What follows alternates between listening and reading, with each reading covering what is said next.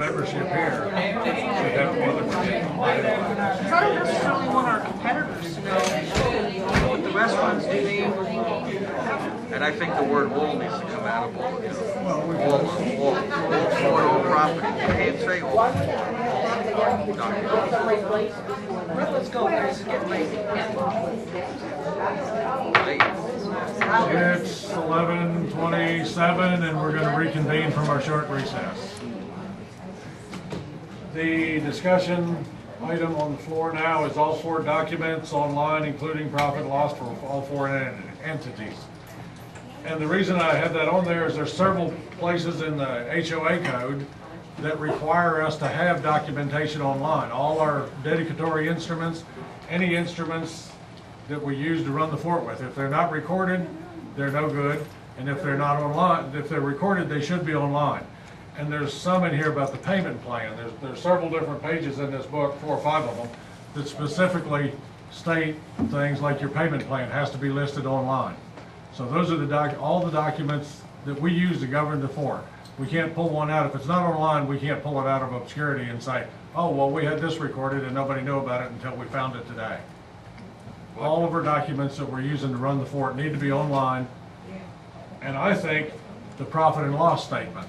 I don't think we need to have a line item for every single expense or revenue, but we need a general profit and loss statement for everybody to look at online so they don't have to wait to the meeting to get it. That way they can look at it and ask questions.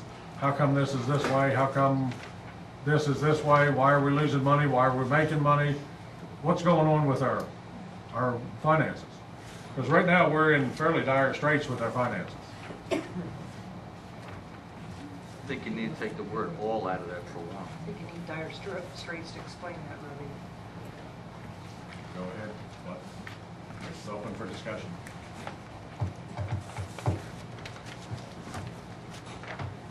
Okay, do we know for sure what forms are not on our website? Are you particularly looking at, you said, The payment plan, what we offer for a payment plan has to be on there in order to foreclose. That's one of the things that people have to have been offered a payment plan. And it needs to be, it says in the HOA book that if you have one, it has to be listed online. If you have an accessible website. If you have a publicly accessible website, these documents have to be on there. is it on there, do you know? I don't know if the payment plan's on there or not. Is that hard putting it on? No. But those are all those things we need to make sure that are online if they're not now. Okay, any other thing? I mean, we had a large list of forms that are online, and it's Well, just about everything. I think we need a financial profit and loss statement on there, probably monthly and year to date. And again, not line item, but admin, security, golf, maintenance.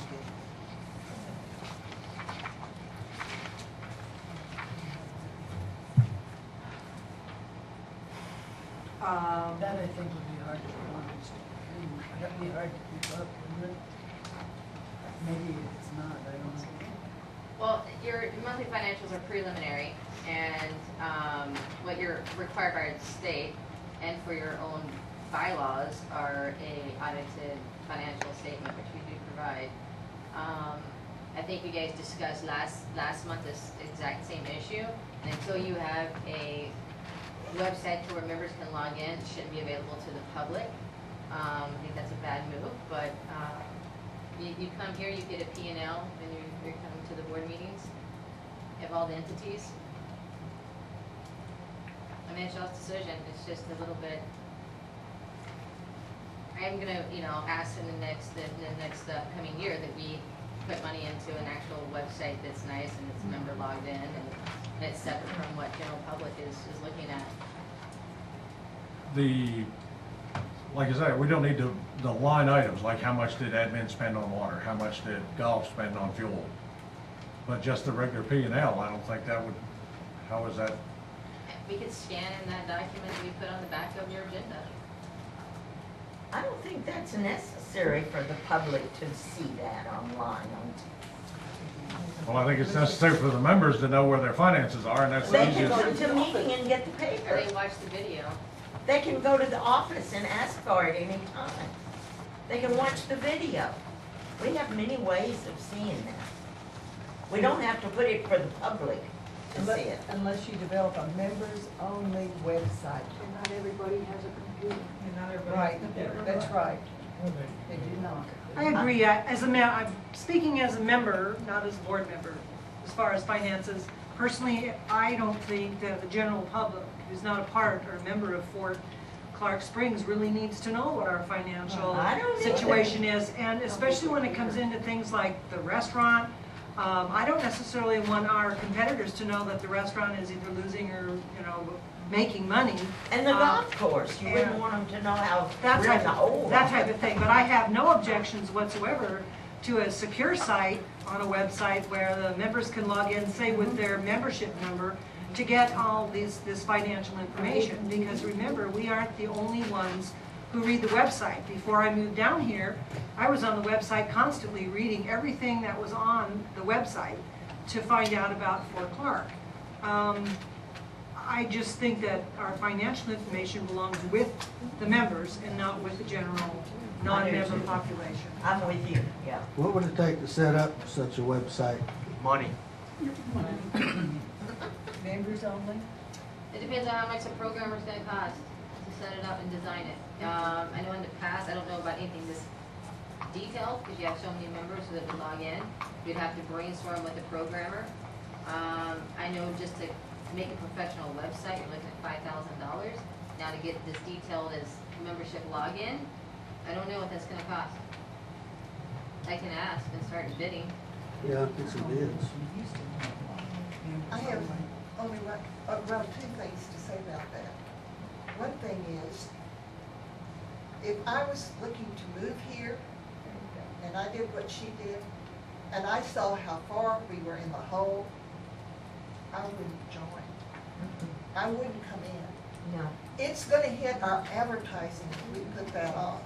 And I think that's special information. I don't even think members should be able to get that unless they come to the office and ask. And then they can look. And if they can keep complaining about how far we're in the hole, we don't know, tell them to go and look at the office.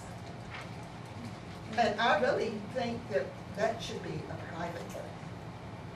And so some things we could put on there. I'm even not sure that I want the minutes on it for the meeting. I know. I don't think that that is going to help us with any type of advertising that we do so we can build membership. And that's me as a member. And I just wanted to give you that. Yes, I I don't want to, I said I wasn't going to even speak, and I've spoken twice. But anyway, I think that we need to support our board. We need to know what they're doing, and we need to be here when they have their meetings. But not when they ask 3 hours. That's too long. Yes.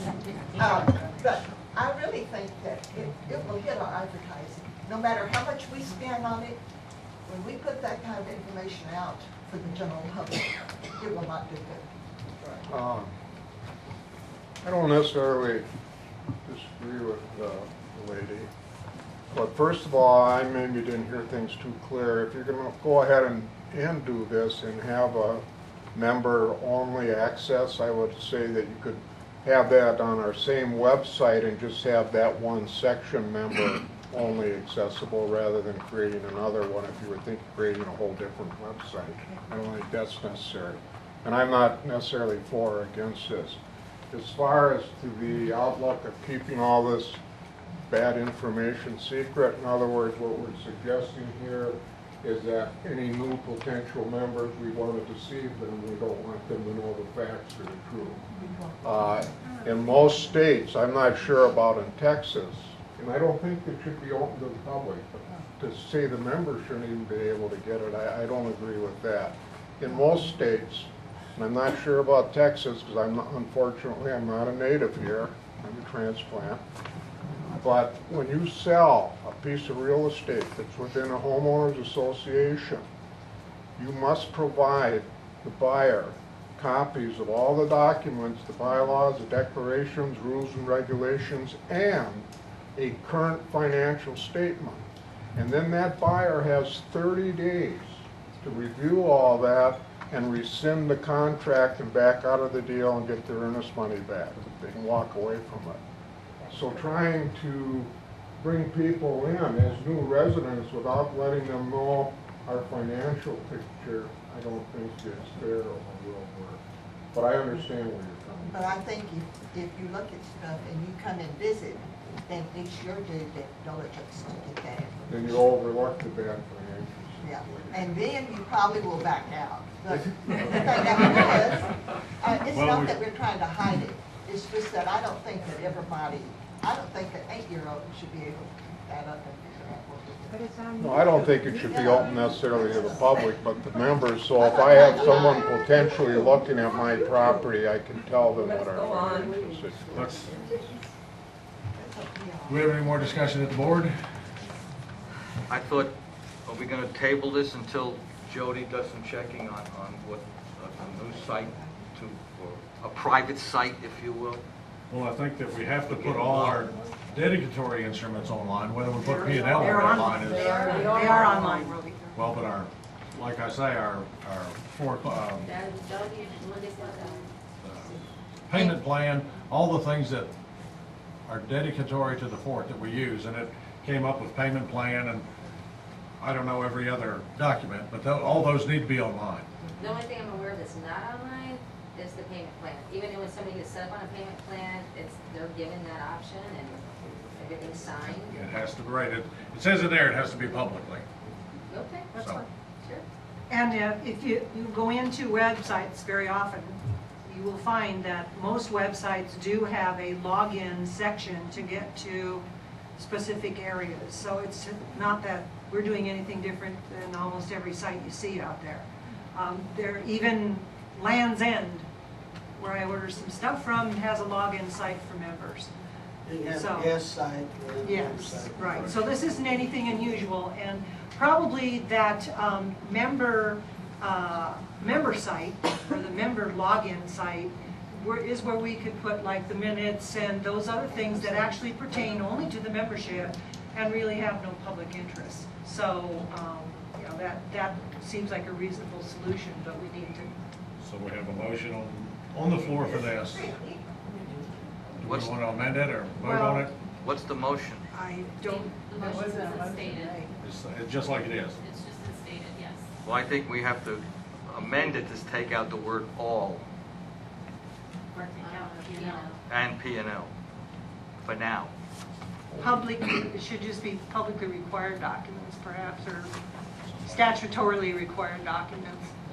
Because you don't want all in there because that could mean everything, personal records, you know. everything. Exactly. So, Amended for the statutorily required documents. right. In other words, I guess I would move to make sure that our website, to ensure that our website included all statutorily required for documents.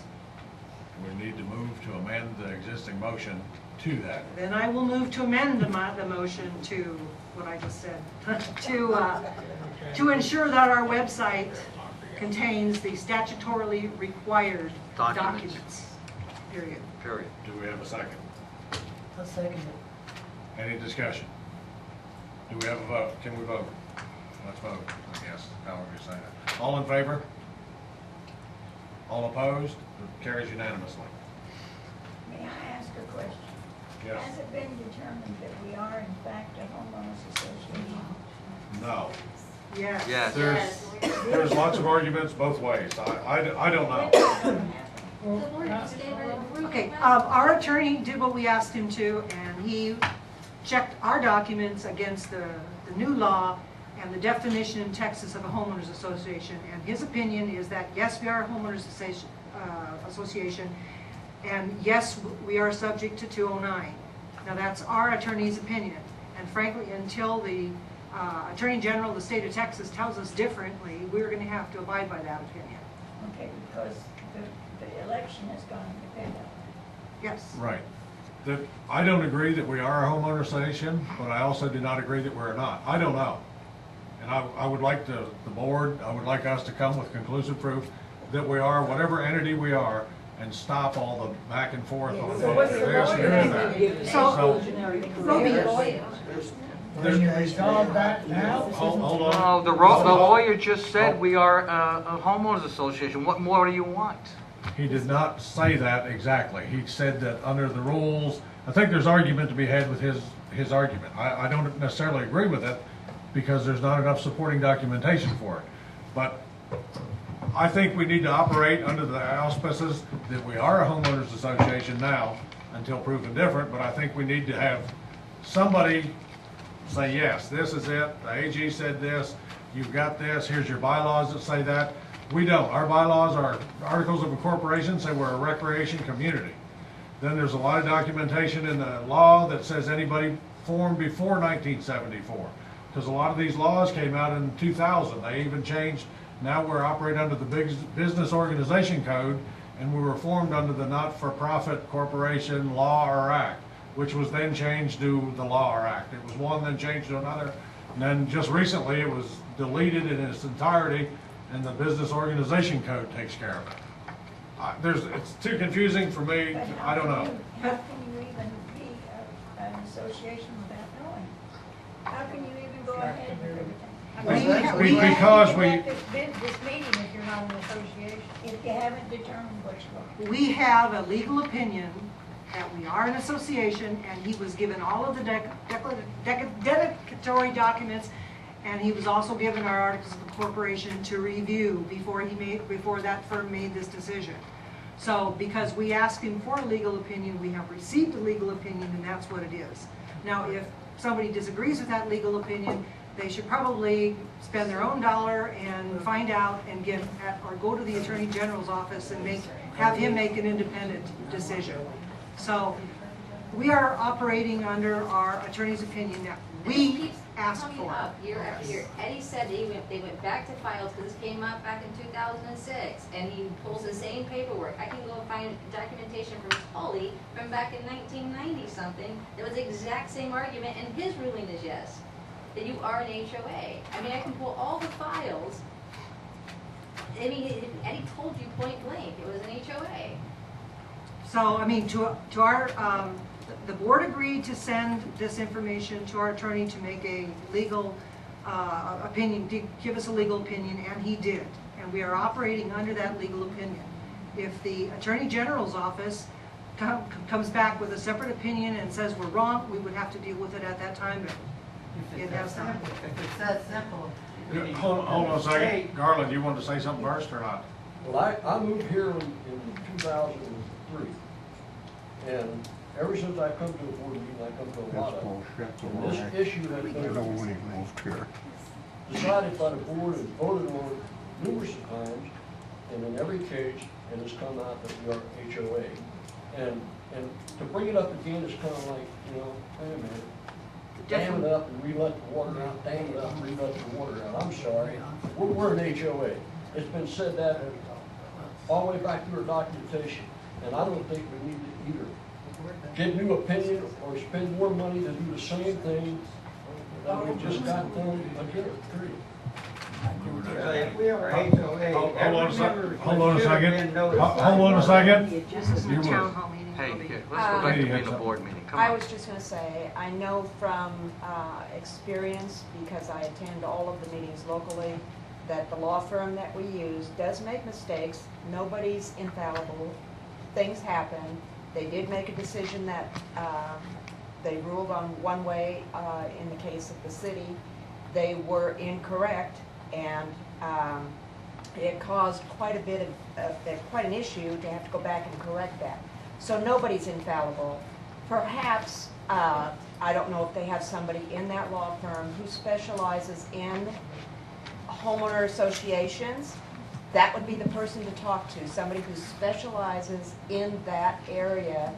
Because I know that even from the Attorney General's office, one day you can call and get one opinion, next day you call, get somebody else, you get a different opinion. So I think what you need is somebody who specializes in homeowner association law, who can actually clarify where we fit. Okay, right now, we have to operate under this. We ask for the opinion of these people. I have commented on this before, and it's a fairly large firm. They have multiple associates there. I'm sure they did we have to trust they did their due diligence because one has shown that they haven't.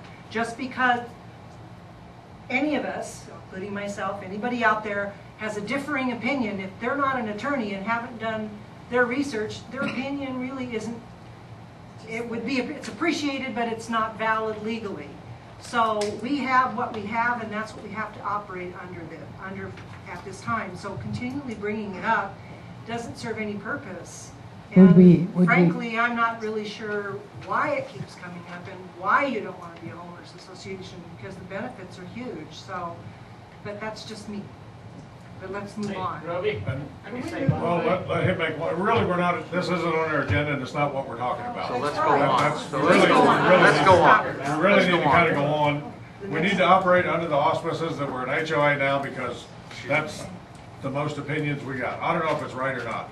We need to find out. We either need to continue or we need to disband. One thing you're forgetting about, it takes a member voter to do this, to operate under a homeowner association, and you have not got it. Okay. And you probably won't We get it. need to address Come that on, separately. let's go on, jeez. We're on 11.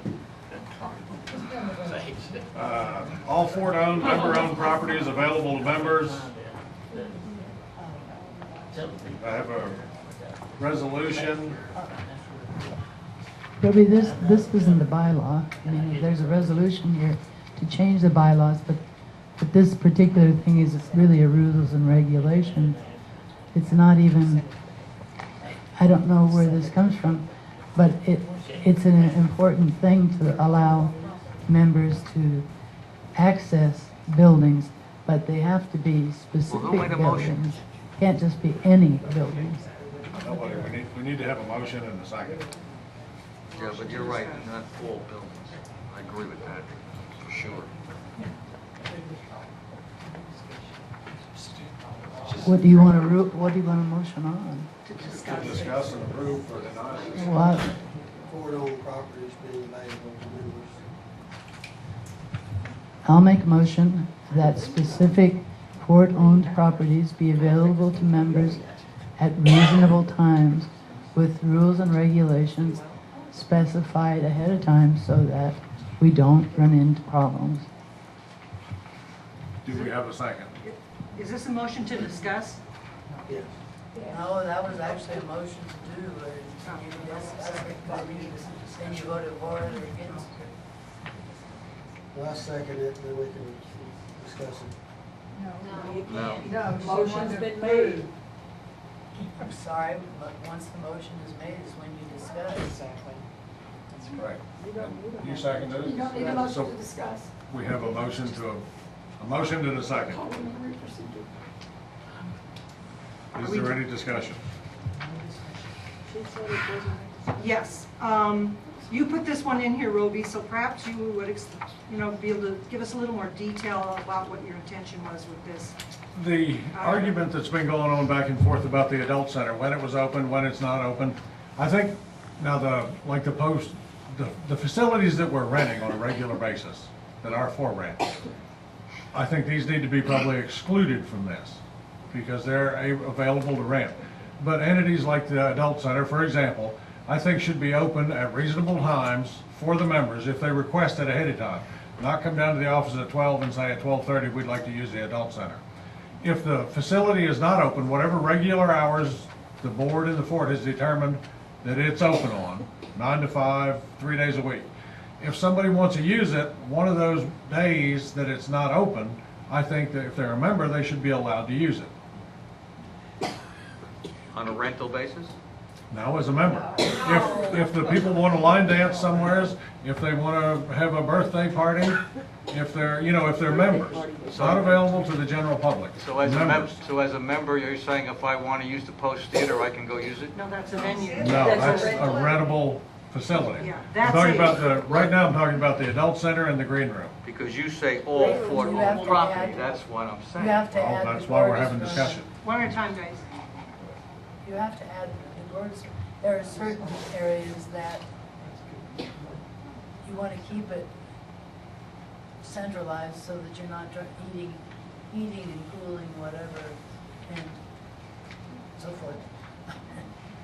there are certain rules and regulations you need to follow. For instance, I think allowing alcohol at any of these things would be a no-no. I think our, But I think we're talking about the non-revenue generating facilities. One is the adult center. One is the club room at the golf course. The RV park, I believe, has a room. And the teen center, since we don't have the money now for the new gym in the teen center, that's open, or should be perhaps open by reservation for use by members at specific times.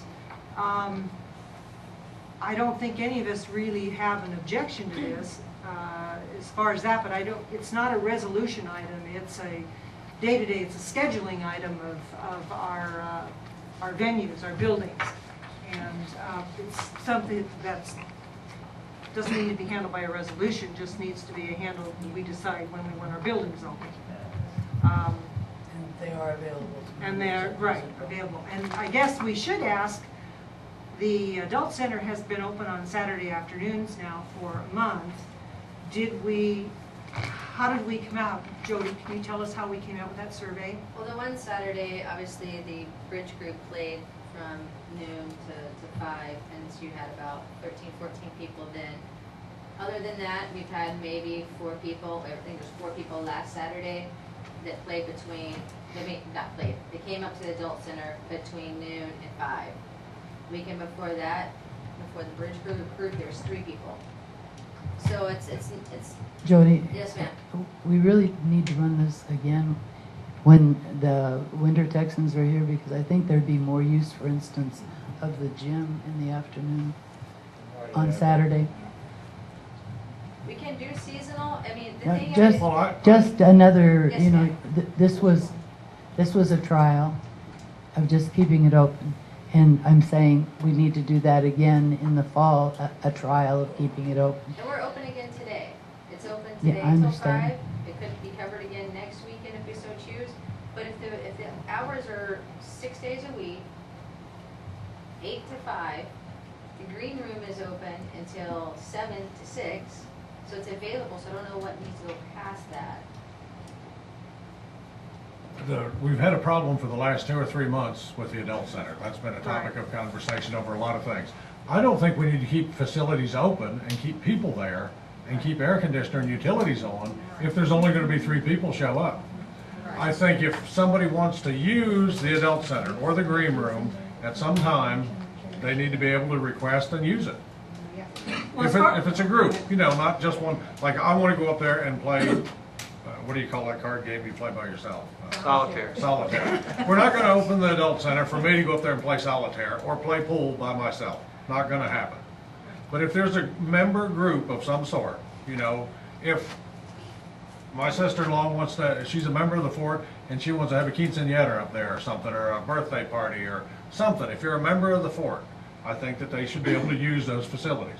If you rent those buildings out, you're cutting yourself at your nose. But member, I don't know, the bridge group. I mean, what if there's a line dancing group, anybody that wants to use those buildings that are member-owned facilities, the members should be able to use them. I don't think we should staff them all the time. We shouldn't keep them open all the time. If somebody wants to use it, they should go down to security and put on the calendar. I don't think security has anything to do with it either. It should, if you're gonna let the members use these facilities, I think you have to look at it in the same terms as if you were renting the facility. I'm not saying What are the fee. members paying dues and living on the I'm not fort? saying, no, you're not understanding what I'm saying. No, I'm I'm not. saying in terms of, you have a contract that they sign, which says what they can do, what they can't do, what liabilities are, that they will not be covered by, or things like that. Not that they pay, I didn't say that. I'm saying you need to have it set up as a same thing as a contract that you would if you were renting the NCO club or the Post Theater or any of these other buildings. And I don't think the members are against, I don't think the members who, for instance, the bridge club that meets one Saturday, I don't know, every so many months, they're not opposed to signing a contract that they will do certain things. And we're not going to rent it to them, we're just Right, but at least so we have something in writing that we know it's at least. Right, and that makes sense. But I also, File in the office somewhere, there's some hold harmless agreements. Our And event coordinator, we provided the whole packet. And again, if we're open 6 days a week at the adult center, it really shouldn't be a conflict for in 3 more months when the bridge group gets together on Saturday from noon to 5, it won't be an issue. Land dancing won't be an issue, next season, if we have a laminated floor for them to dance on. Here's the hours, because our gym is open until 9 p.m. on weekdays. So they really should, so on Thursday nights, if they're line dancing, it shouldn't be an issue. You have an attendant there that we've been doing and paying for, nothing extra incurred there. So, and for anything special, if you have a birthday party, well, that's why we have buildings that we rent out. Yeah, but a member shouldn't have to pay. Do you know what happened in the past? No. So, okay, so you used to have, before we changed and did a flat rate, we give members a 10% off rate if you want to rent a building. It's 10 to 15. But before, it used to be, so for a non-member, $250, let's say for NCO Club. If you were a member, it's $150. Well, guess what? I'm going to come rent the building for $150, get the member rate, and my cousin's cousin's cousin is the one having the party. Do you know how many windows we had to replace 3 months ago because they got knocked out from a crazy party? 5 at the NCO. And if you go look in there, there's all these staples and everything in those walls. They're really nice walls, but now they're not because we have to go paint over them. And if there's any alcohol, per your contract, any alcohol at these buildings, you have to have security, which is $15 an hour. So we already have a system in place. And again, I think we're talking about a small group of people, and if we make the adult center the common use area, that's all that they're asking. and that's all it is. Right, those are the only two, the adult center and the green room are the only things. Because the other ones are rentable venues. You're Well- renting the Post Theater, you're renting the Service Club. Let me jump in here and clarify something on the club room. We don't call it the green room anymore because it's not green. The club room is open during golf course hours. Anyone who wants to use the green room now I did it. The club room during that time is welcome to do so. We don't schedule that room. It's generally used by golfers, but it has been used by the restaurant for overflow before. It's been used, we use it for tournaments and so forth. So that room is actually available, and for most of the day, it's not used. If you wanted to schedule something special for that, the obvious place to go would be the pro shop manager to let them know that you wanted to use the room, say between 2 and 3 some afternoon for, say you decided to play bridge there. That's a problem. Yeah. Well, no, but I mean. But all I'm saying is that that room is The room is open available. all the time. It's open. There's no scheduling required at the club room. So I think the adult center, and I think we should add the teen center to this because it's sitting empty over there, not being used. And what I think Bill is saying is that the only thing we would need is some sort of a reservation form, and we can use the forms that we have right now so that we know who is in the building at that time. And that way, security knows who's in there. We just need to know who's in the building. And I think the other question that we need to address here is, like Roby said, do we want the building open 6 days a week, all day long, whether there's 3 people or 30 people, or do we want to make it reservation only and save some money on electrical, HVAC, and that kind of thing? So I think that would be the decision. That's really been the request all Yeah. along. Right. So I think that's what we need to address. Let's start with the adult center, is whether or not we want that open on Saturday afternoons every day, or whether we just want to do it by reservation only. Yeah, the way this is worded is kind of confusing to me, but I'm a little concerned. I'm a member of the Historical Society, and this says all member-owned. Well, the museum's member-owned, and we have That was an my problem. incredibly valuable collection in there. I'm hoping that and other member-owned things that have specific purposes Not gonna- has nothing to do not with gonna it. happen. No, Not it was, gonna like I happen. say, it was specifically pointed really at the adult center and the Club room. club room that We got the teen- originally. the teen And center I and don't the know RV who stood park. up next, I guess you did. My concern when it says that owner, the member owned the properties is the outside areas that's called wilderness areas. Now, I'd like to ask Sandy, she's an expert on HOAs, what does the HOA rule on closing, keeping members out of common property? What makes you think I'm an expert? I'm relying on our Well, attorneys. you've got your book there, and you've got. I've got our attorneys. I couldn't, and even So you don't know. even if I was, I would have to look it up. So you don't know what the HOA ruling on that is? And we're not talking about We're not talking green about space, we're talking about two buildings. We're talking about primarily buildings. right now. Go ahead, Well, Carl. let me- No. As far as buildings, I got my opinion on it. You got the art club, the writing club, the Old Prairie Society, you got all these clubs that are leasing these buildings. This issue come up because of the Bridge Club.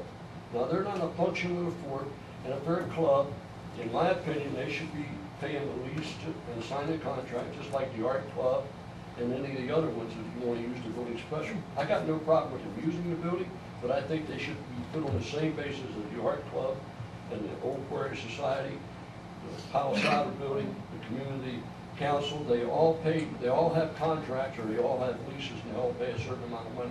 I don't think, and they're all members of the club, or of the association, and I don't think any exemption should be given to a special group.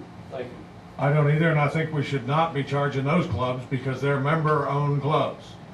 We're in a profit loss situation when we're losing money, and I'd have to disagree with you.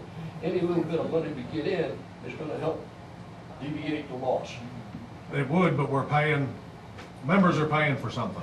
That's okay. I pay to play golf, really. Okay. The only thing I would suggest if you do something like members being able to secure the building, that member has to be there.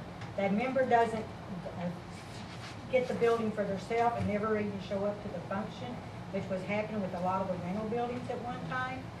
They would get the discounted rate as an employee or a member, and the member would never show up to these functions whatsoever.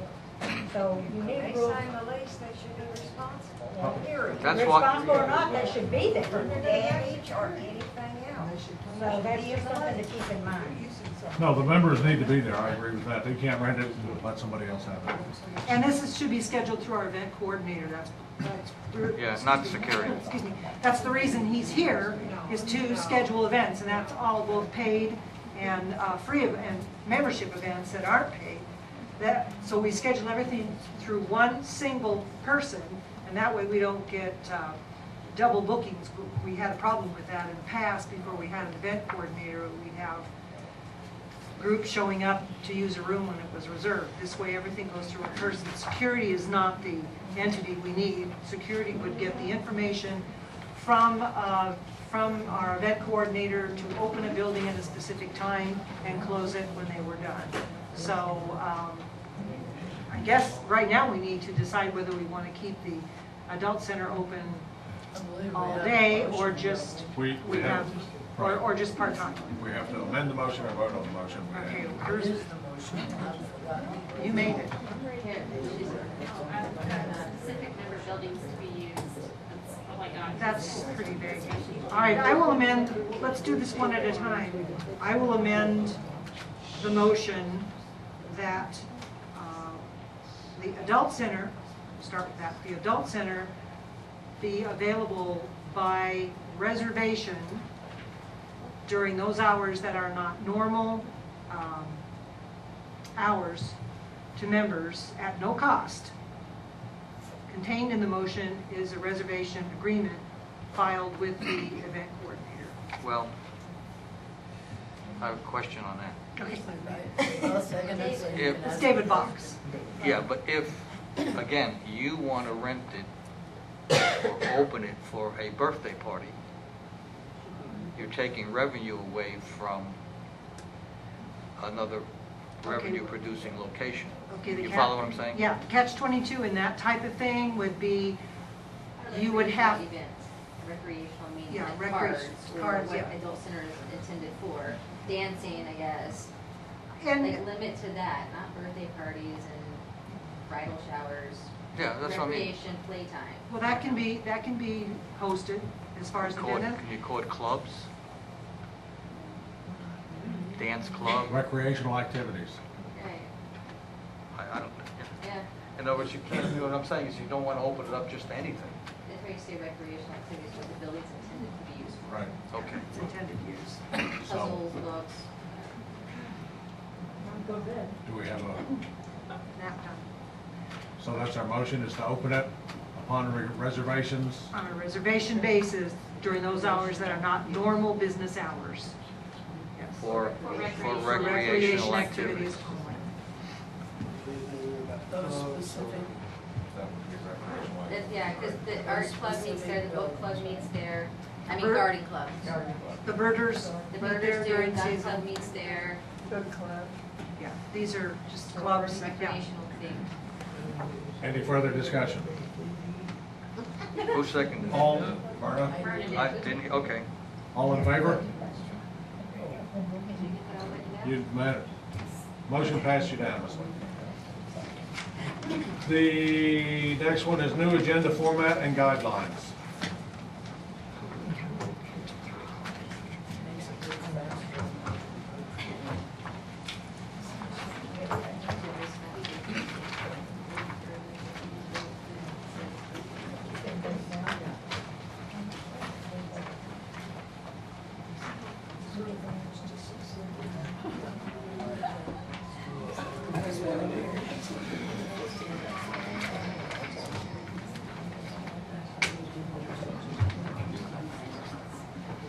I would make a motion that we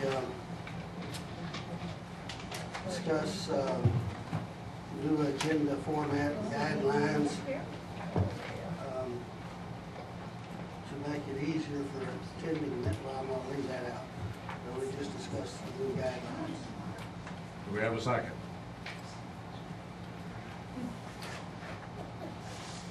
I don't know what we're discussing. Yeah, I'm confused. Well, this is to change this. To change there's copies up there, copies in our deal, to change, Which one are we doing? The agenda format or? Yes. it says Or agenda. the guidelines? And guidelines. We need to do one at a time because we may want one and not the other. Make a motion to do one then the other. Format. Make a motion that we discuss the new agenda format. Vaguely. Do we have a second?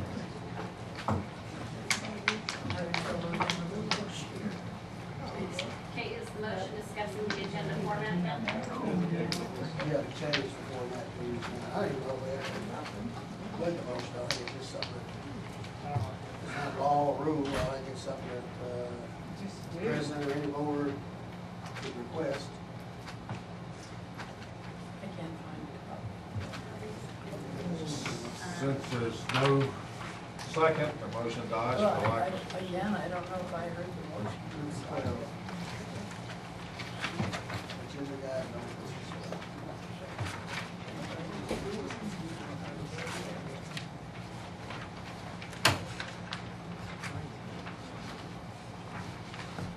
Did you find it? Yes, sorry.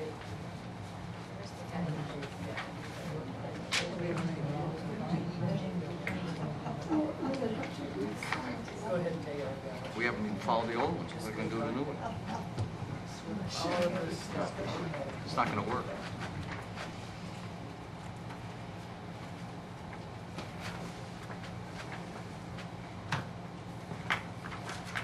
Do we have a second on it, or?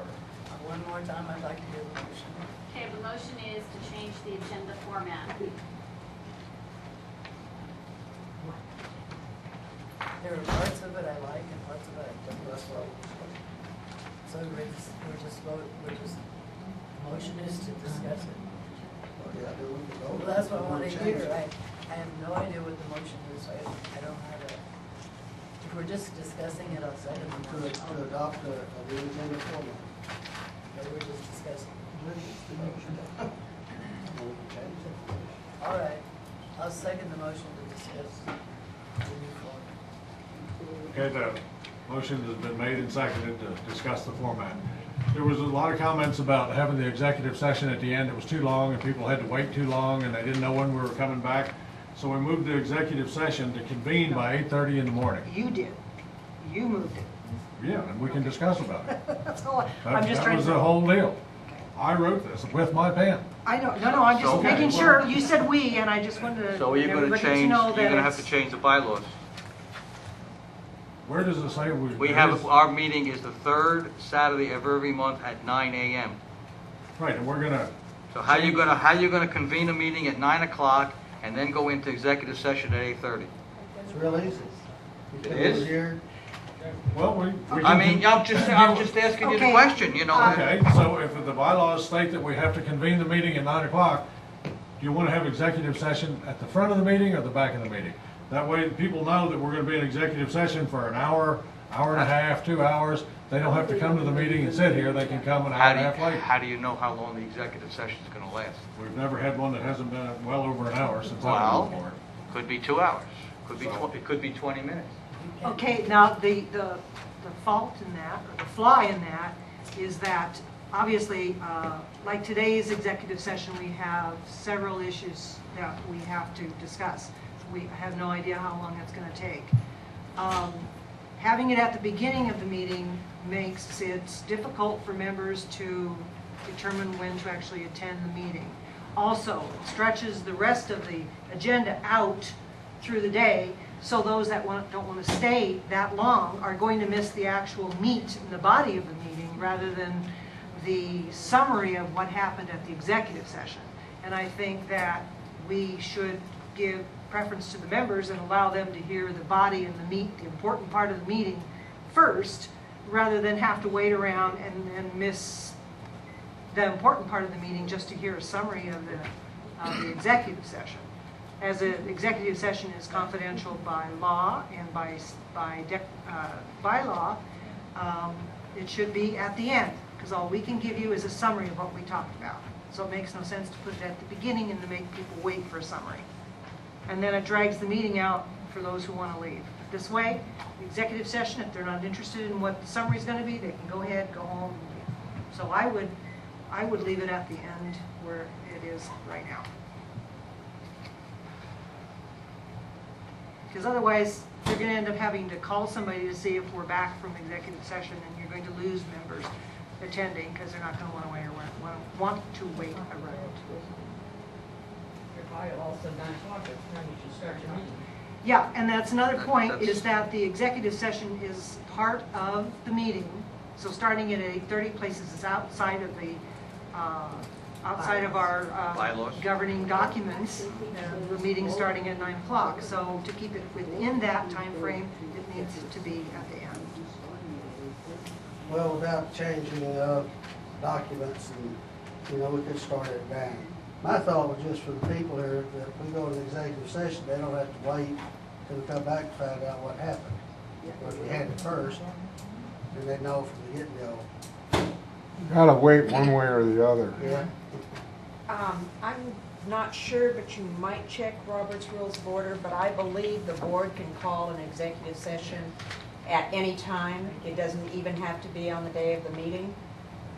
So therefore, if you called an executive session for 8 o'clock in the morning, I don't think that negates the bylaws, and I don't know that the bylaws specifically give a time of the meeting. I know it says what day of the month, but I don't know if it specifically says a time, but I don't think executive session necessarily even has to be held on the same day.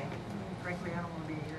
That's correct. The board can call an executive session at any time they feel like it, pursuant to that. So there was just a lot of discussion from different members that the executive session lasted too long and they wanted it at different times, so that was why it's on there.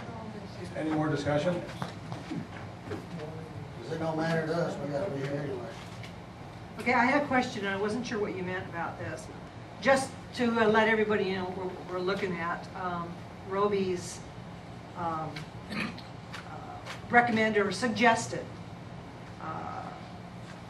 agenda format is convene meeting, vote to go to executive session, by 8:30. Must state legal code that allows executive session to occur.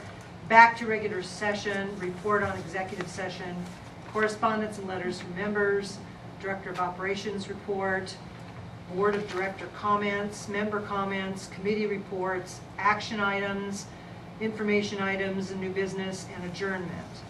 And my question is on Board of Director comments. What was your intent there? If there was any comments the board wanted to make about any item that they were approached about, or wasn't necessarily an agenda item, they had a spot to make it. Don't we anyway without putting it on the agenda? I thought it would be good to have a specific spot if the board of directors specifically wanted to make a comment. We have been, but that was an idea. Members get to make comments, and sign up. Any further discussion? Well, again, I'll restate my point. I think the action items in the agenda are the meat of the business of the day. And by putting them at the end, I think you're going to, those members who actually want to hear the action items are going to have to wait till the end. And like Dan just said, you're going to have to wait either way. But again, Roby, the executive session is a summary. It's generally done in about 3 seconds, but the executive section. No, action items are what generally everybody in the rest of the free world calls discussion and approval. They put down there that these motions, actions will be taken on. But this is at the end. Well, it's after committee reports, which is where they are now. I'm saying is that the Yeah, but you're putting executive session in the middle, in the front of that. In front of it, and it needs to be at the I mean, end. it's already 12:15, and we're only, what, halfway through a regular session? Can you imagine if we were in executive session still? Yeah, I don't, we discussed about, you don't think it's a good idea to have the executive session? Session at the end. No, I think it Okay, belongs at the end. I understood that. Any further discussion? Seeing none, do we have a vote? Everybody in favor? Of this particular one? Right. No. Of what you have written here? Opposed? You didn't make a motion. You don't have a They- motion. They made a motion. The motion was to discuss it. Well, there really isn't a motion to discuss. You make a motion. And discuss. But Myrna said it was strictly to discuss. Yeah, you can't make a motion to discuss. You make a motion on the item, and that allows for discussion. Then you vote on the item. Whether you, Clarified what I was seconding, because She didn't I want to. heard B say that we were going to discuss, and that was his motion. So I seconded that. okay, So well, I'm not sure. All right, there so is a we need motion. the motion to either approve or disapprove of the agenda. living on the agenda is not going to pass. I don't know. This could go on till midnight.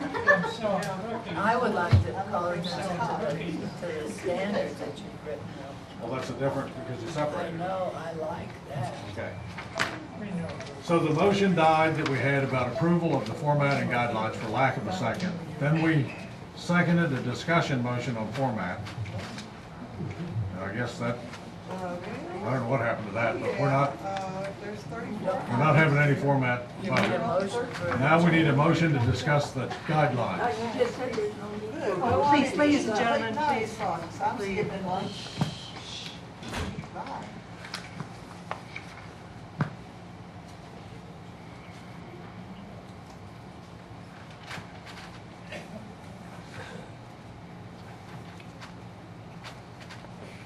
I would just make a motion to table this. Let's not table it, let's just approve it or disapprove it, or discuss it. Let's not table any more stuff. We've tabled stuff. I don't know why we would need to table it, but I get, if you want to make that motion, you can. Tabling what? Are they still on the new agenda? The guidelines for the agenda. The That was- idea was to make it simpler for the audience. I would Members. love to have these guidelines, because that would mean that every one of our agenda items would have been, had attachments and so forth, so I would know what the hell was going on. And I got copies of the guidelines and agenda sitting up there for everybody. The guidelines say, it's a paraphrase. So you're not even, Roby, I don't think do we honestly need this, to vote on this item? I didn't think so, but you were adamant about there was no way the agenda could be changed without a vote. No, It no, had no, to be no, a I'm not bylaw. talking about the agenda. I mean, as far as the agenda guidelines, I don't have problems with them, except that I think it's a responsibility of the directors to get the information to executive manager. They can't act and provide us anything until we get them what they need. But I don't see why this needs a vote. It's not a formal item, it's just something that we are going to agree to try to follow as far as putting our agenda together. I mean, I think you did a nice job putting it together, but not sure it needs a vote from the board to. Why does it have to be electronically? Yeah, I mean, I don't think we need a vote from the board just to pay attention to some suggested guidelines. I mean. Well, I think those guidelines need to be followed adamantly, and if they're not followed, then we don't need to have that item on the agenda for that time. Okay, well, I have no problem because. Because it's allowing 9 days. We need to get agenda items to the executive staff 9 days before the board meeting, a minimum. Roby, you're one of the worst offenders on this. I mean, I'm sorry, you are. Yeah, I agree. Well, I sent everything in originally that I had on there. I sent it in at one time. Then you guys got that No, asking me questions about it. I think she's also pointing to some of the descriptions, provide a clear and concise explanation of what is being asked for consideration. I love that. Things like, I like these things because we're not doing them right now. And I think. The board or the council, the people on this side of the table come up with ideas and things that they want. Right. And they give them to staff. Staff then asks questions if they don't understand it and produces the information. No, I think you need to ask. Well, you may think ask that, but I do as not. what we are asking them to do. If I You want to can't know. say, Let's use an example, point case. These are all your agenda items, and you clearly stated that you wanted all 4 owned buildings to be open. I provided, I'm guessing now it comes down to it's just really the adult center and teen center, or no, the club room. Yeah. So these are all yours, and you provided me nothing as to your clarity. Well, I sent you what I had was a resolution of it.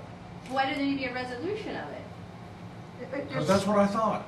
And then these are all your items, and if you guys are discussing as what to go on the item, or on the agenda, and you guys are going back and forth, and then you come back with, this is what it is, and you give it to me the night before on a Tuesday night. I didn't give it to you on a Tuesday night. I sent this to you, I That's forget, 2 Thursday. weeks, almost 2 weeks ago. No, last Thursday. And so it's basically like it's guessing what is happening here. Like, what do you want? I don't even know what you want. I sent that. Okay, Roby, but the problem being, when you originally sent it to her, you didn't have input from the rest of us. And I don't know if that's what Myrna's reading. You know, we were inputting items all the way up to when it was actually due. The only way we can discuss all this stuff is at an open board meeting or have secret meetings. No. What else are we gonna do? No. Roby, There's secret meeting. when you ask us for ideas for the agenda, which is what you should do, I agree, and we give you those ideas, we're also giving you ideas as to what doesn't need necessarily to be on the agenda. And just like with this agenda, there were several items in here that were difficult to understand because they weren't rewritten. And it's not admin's job to rewrite that. It's our job to write it clearly so they know what we want. So because I think that you as president who are responsible for making sure that admin gets the agenda, but you have to also listen to the rest of us as far as what needs to be there and what needs not to be on the agenda. And if this agenda guidelines will help us get that accomplished, then I'm all for it. Well, I think it will, and when I sent in, for example, the all Ford-owned membership, I sent a resolution in, and it specifically stated what that referred to. And I think we indicated that And you then didn't we- need a resolution for that. That's fine, that's what the discussion is for ahead of time, or now, before you approve the motion. You can amend the motion, you can do whatever you want to it, but I have to have something. I can't bring the resolution, I don't want to come up with a resolution right here. I need to have something on anything I presented my idea, here it is. A resolution amending the bylaws of Fort Clark Springs, a Texas non-for-profit, be it resolved, the adult center and/or auxiliary room to the golf course. The written request is to be delivered by security. The request, state the name and number of people making the request, da.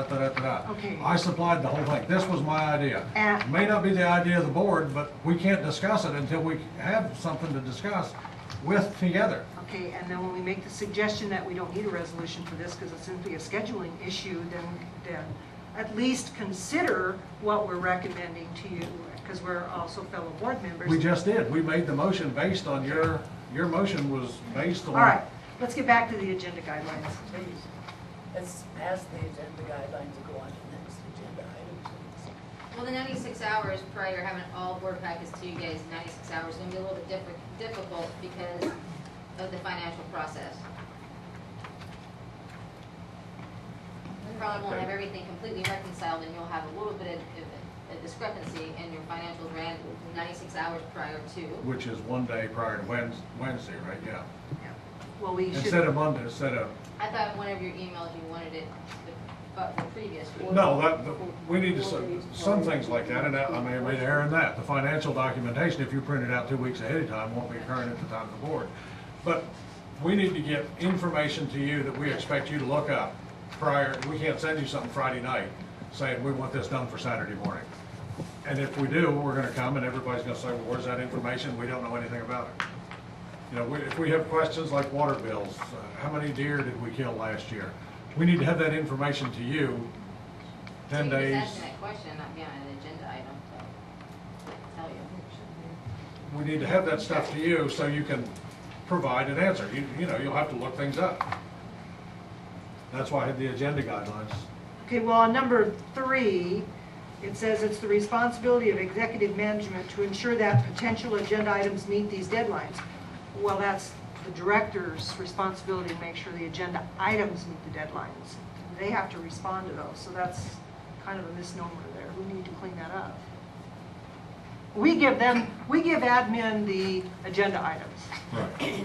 It's not their, it's our responsibility to give them the agenda items. In total, what Yeah, you're asking. to meet these deadlines. It's not their responsibility to get the agenda items to meet the deadlines. Okay, let's. I think it's an excellent idea to give us some guidelines. I don't know why we necessarily have to vote on them to make as just attaching it to the agenda, but we can do that, perhaps, attach the guidelines to the agenda. Well, because of lack of motion and a second, that agenda item dies. It's a guideline, whatever we want to call it. The number 13 is the members need a profit and loss statement with all entities on Fort Clark Springs. Did we discuss Didn't we this? already do that? No, that was putting it on the website, but That's not what it said. it says the members need a profit and loss statement, They have it on the back of that. but it's not the same one we get, and it doesn't We- lead, they have just a rough overview of it. But that's what you said you wanted, I gave you the detail, you said, can't you just have it as basic? On the website. So now Same you're- difference. Oh, I misunderstood too. Yeah, is that, you're talking about putting this on the website, P&L? No, There, these guys here. that's what they did for RV park, because then you went back and said, nobody needs to know the detailed items on water bill. The website doesn't need This is that. what they get. Right, I think at the meeting when we hand out they need to get the same one. At the meeting, the members need to get this one that details these. That is, it's the That's the same same thing. thing. Same way. Now, it has the total profit and loss. It doesn't have what did the real estate do?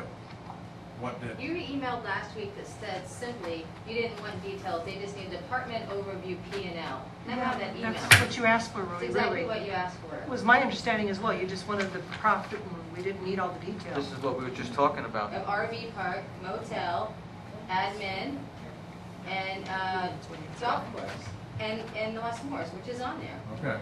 Okay? I meant a more detailed one here for the members, but if we're happy with that, that'll be sufficient. Understand. Good, okay.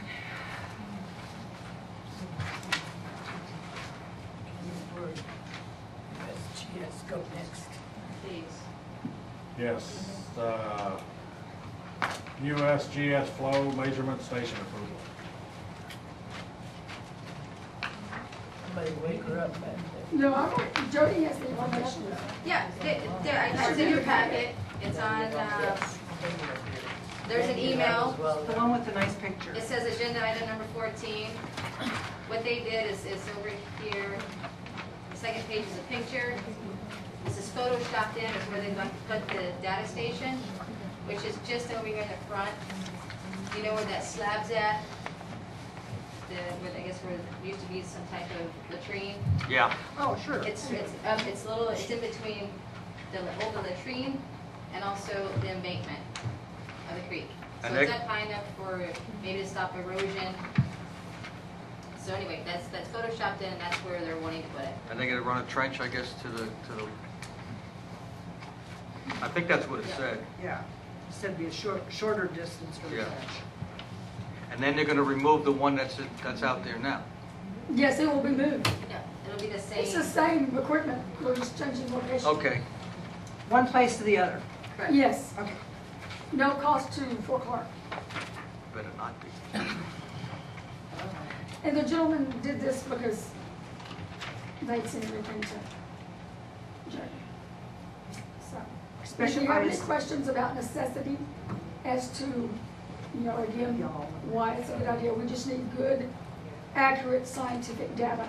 And again, this can help you in any issues with TCEQ, or, future water planning, because we will have better, accurate data.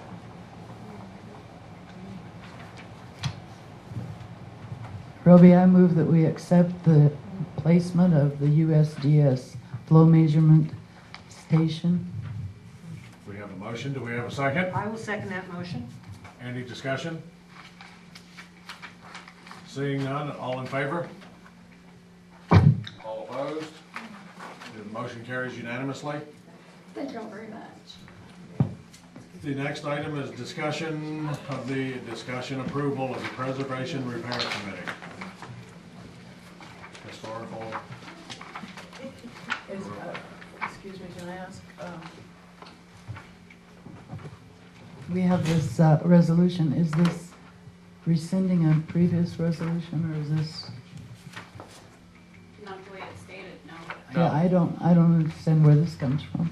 The original one that was up was resolution ended in 2012, I believe. And we're just basically putting it back on the books. Reinstating it.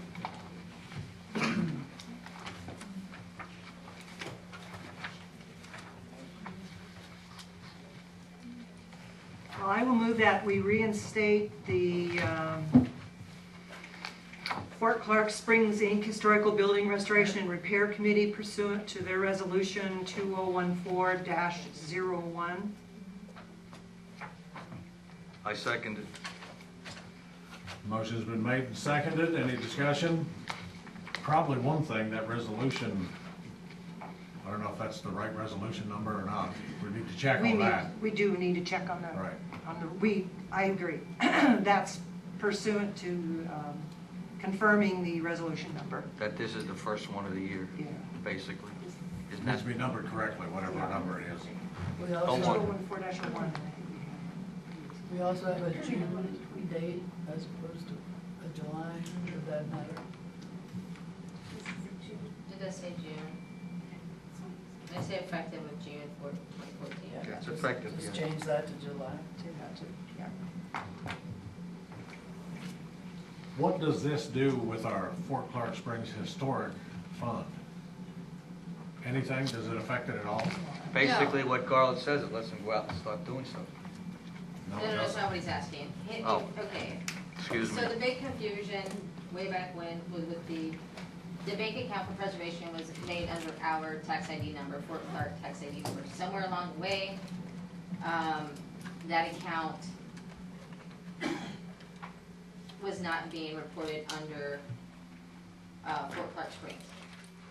I caught this, I brought this up 2 years ago, and it's kind of been limping along. Long story short, it's now cleaned up. That bank account will start showing up on your financials. I think it's like any other committee, they go make their rounds, they do what they need to do, they meet, they say, okay, this is a project we should do, go get bids for it, as they have been doing. And what they will do is then come and say, okay, it's gonna cost this much money, they've done their due diligence because you guys have appointed them as that committee.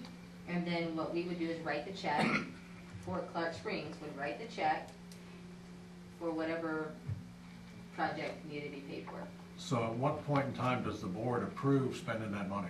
Well, you should have a board member from Fort Clark sit on that committee. And there is a I think it states list that. of people who have, It does state that, but when, Doesn't answer the question. when does the board say, okay, that number's okay and we'll pay for it? That's why you entrust your committee, basically your ad hoc committee in a sense, and then if you're the board liaison for the building preservation, you would probably email that back to keeping them apprised, the rest of the board, of what's going on in preservation. And if somebody disagreed, then maybe you put it on the agenda for the next month to vote or not vote.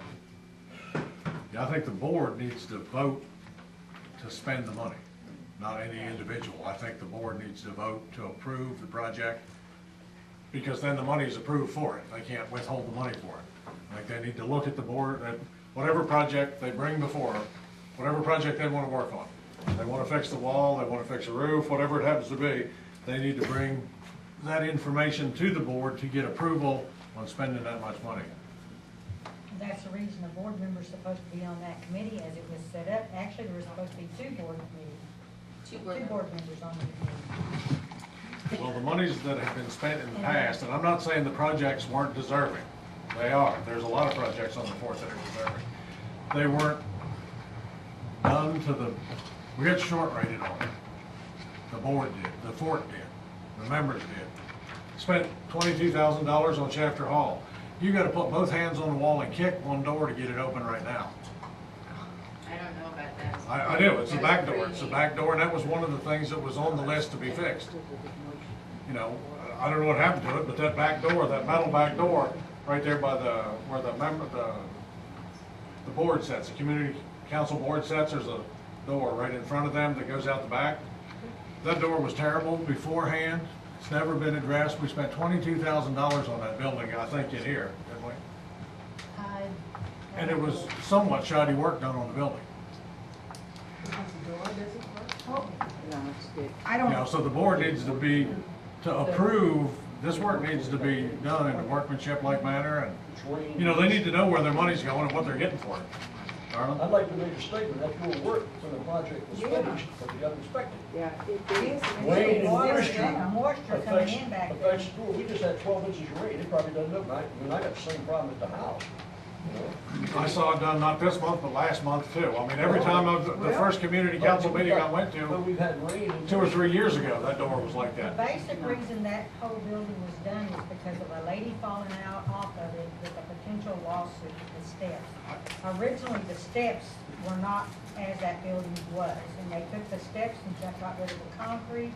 When they done that, they actually found another door that was put in. That door was taken out because it was not original either. Then we found that vacant room down there that had been totally enclosed, and then they come back and put that room back as a usable room to store stuff in. And then the back door at the very end of the building had been sheetrocked up also. And then when they got to doing it, the old shiplap on there was better than the fiberglass siding.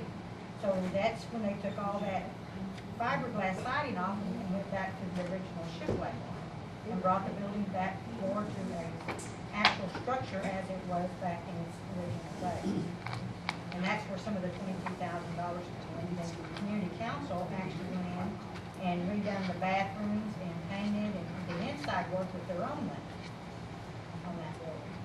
No, I don't disagree that the building needs work and we need to spend that money on it.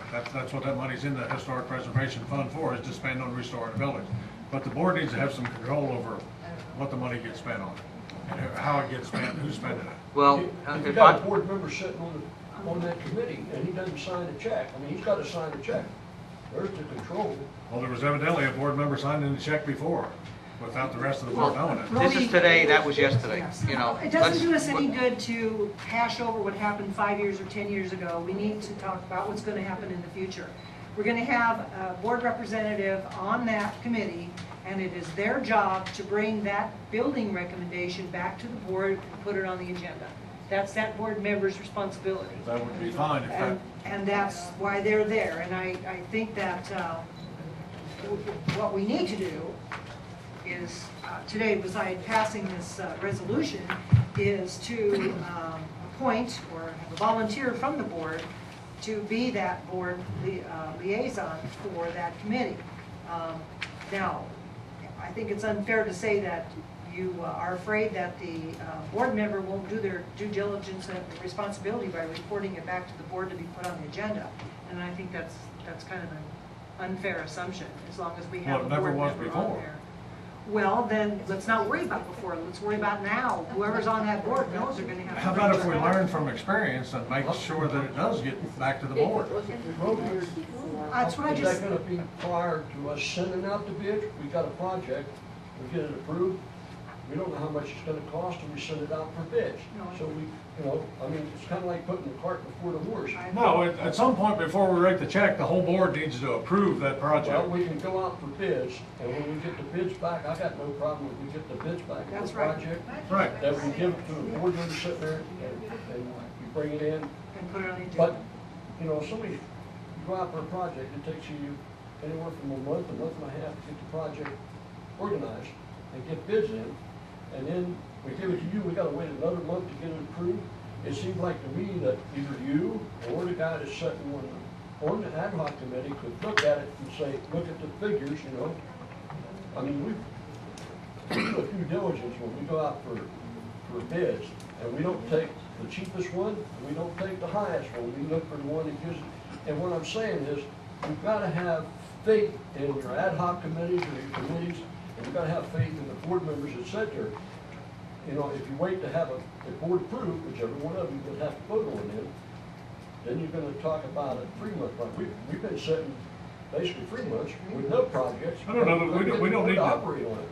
We don't need to make it so it's difficult for you to operate, but we don't need to give carte blanche to one board member to sign away everything. No, I'm not, that's not what I'm saying, Roby. I'm saying that board member is responsible for bringing, once you get the bids, you know what the cost is, you got the construction package put together, they bring it back to the board. By saying, You can do that by email and see how you. Right, that's what I'm saying, the board should, we wouldn't necessarily have to have a special meeting for that. no, If you get 5 bids and you say these 3 are the ones we want, and here's what we're gonna do, are you gonna write a check for this much when we get done? The board needs to say yes for this one. They need to know how much money's going out of that and that's that board historic liaison. preservation. That's that board liaison responsibility, and I think we, all Plus, 5 of us are you have a responsible. 7-member board committee who is going to look at the bids, because they know what they want done, because they've checked the buildings out that need to be repaired. They're going to look at the bids. and- Where does and it say pick that one. we're gonna do that? There's a 7-member committee right here. Where does it says one of them's gonna report back to the board? That's the board, that's the board member. You Fort don't, Clark Board of Director member, one of the members, Do you- one of this do you really- board here has to be at this meeting. do you really think that you need to have it in writing that the board member has to report back to the board? That's our job, that we accepted this when we were appointed or elected to the board. Well, it never happened before. Is it Well- gonna continue to happen in the future? No, let's put before away. And you've got 5 responsible board members here. One of us needs to be on this committee, someone that's able to meet with them when they have their meetings and report back to the board. I mean, you're. And they report to the board every month anyway. So who signs the checks? Who's able to sign checks? A board member and And the DO. Yeah, just like any other check. on the approval of the committee. When are your meetings? The second Wednesday at 3 3 o'clock. It's been so long since we've had one. But first thing, before any money is spent, we actually go through the buildings and the thing from the Kenny County Historical Society. And if it has something to do with keeping our taxes, the lower taxes on historic buildings, that's how we spend our money first. And if we're gonna have to do something to that building, and we see something else that needs to be done while we're working on that building, then we wanna try to get that building back up to as good a standard as we can afford to do it. But there's one thing that needs to be fixed. Because in the past, they were doing, they'd fix this one little item, then next year something else would come up. And if you'd have just reviewed the building itself, you could have took care of several items. So first thing you do is take care of it because of keeping our taxes lower on those bills. And then it becomes a safety issue, and that's where the safety thing came in at Chapter Hall. Because those wooden steps were so misaligned where they were boards and they had swollen and gone back down that you could catch your toe on anything going down and a lady down there. So that was the reason that got done, but then when you started looking, you had so many more issues with the building. Well, again, in that respect, let me go back to this ramp over here, the concrete handicap ramp that was put on Service Club. While they were doing that, they found a pipe, a sewer pipe, that would have been covered up and inaccessible if they would have put the cement in. The board, at that time, made a decision.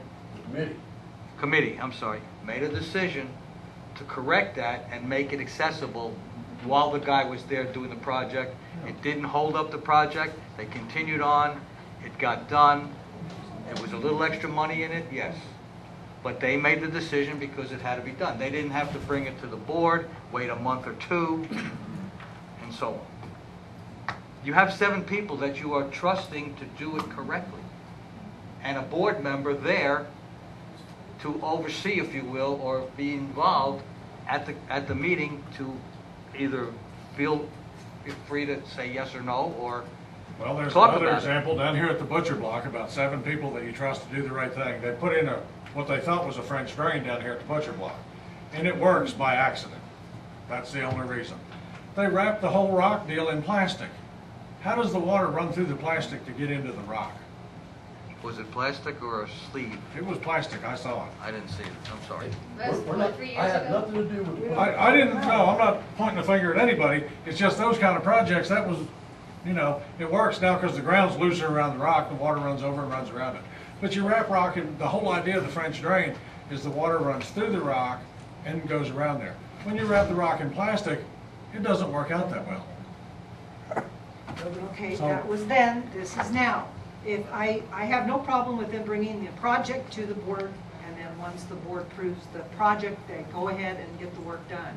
But again, you're saying that you don't trust one of the board members to bring this to the board, and I think that's, for one thing, it's inappropriate. We have 5 responsible people up here to bring this, one of us is gonna bring this information back to the I board. didn't say I didn't trust anybody, I want to know when the check was written and who wrote the check and who approved writing the check. It's like any other check.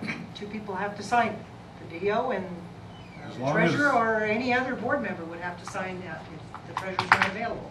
So Do that's, you want that to be part of this resolution? Well, Sandy says we don't need it because they're going to be trustworthy and do it anyway. oh, that's not what I'm saying, that you're questioning the ability of a board member to do their job. It doesn't matter whether Sandy says this, but I'm asking what you want. You want that to be put in here, that it be brought back to the board? I was asking because, Can we possibly get past this onto the next agenda item? right, I was asking where it says that in there. It doesn't. If we're going to trust them, I guess we're going to trust them. I just don't want the money to be wasted as it has been in the past. If there were no board member on this as a liaison, I would say you had a good point. But you have a board member on here, and that's part of the board member's job to do their job, okay? That's all I was saying. If you didn't have a board member on there, yes, you would have a point. But I think we need to call the question and vote. Do we have a motion? I've forgotten already. Yes, we do. All those in favor? Please read it back so I know what I'm voting. It's to reinstate the resolution, of course, if the resolution number is correct, to reinstate the preservation for historical building restoration and preservation.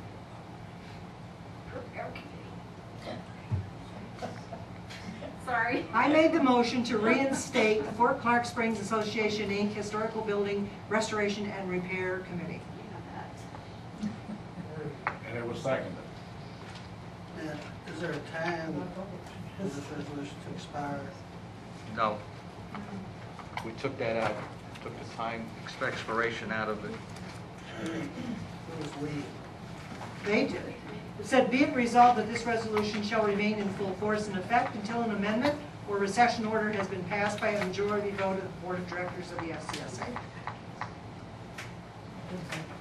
So it's in effect until the board says it's not, which is appropriate. Can I make a statement on that? And the reason it's going on forever is because when the board passed, or when the membership passed to give $1 of the impound fund, of their money they put in the impound fund to the restoration, preservation committee, repair committee, there was no expiration date on it. It goes on forever. So we did the same thing with the resolution, or I asked the same thing be done with the resolution, so we don't run into this problem in the future. Right, because that money cannot be used for anything else but Anything else that. but that. Right. How are these members selected?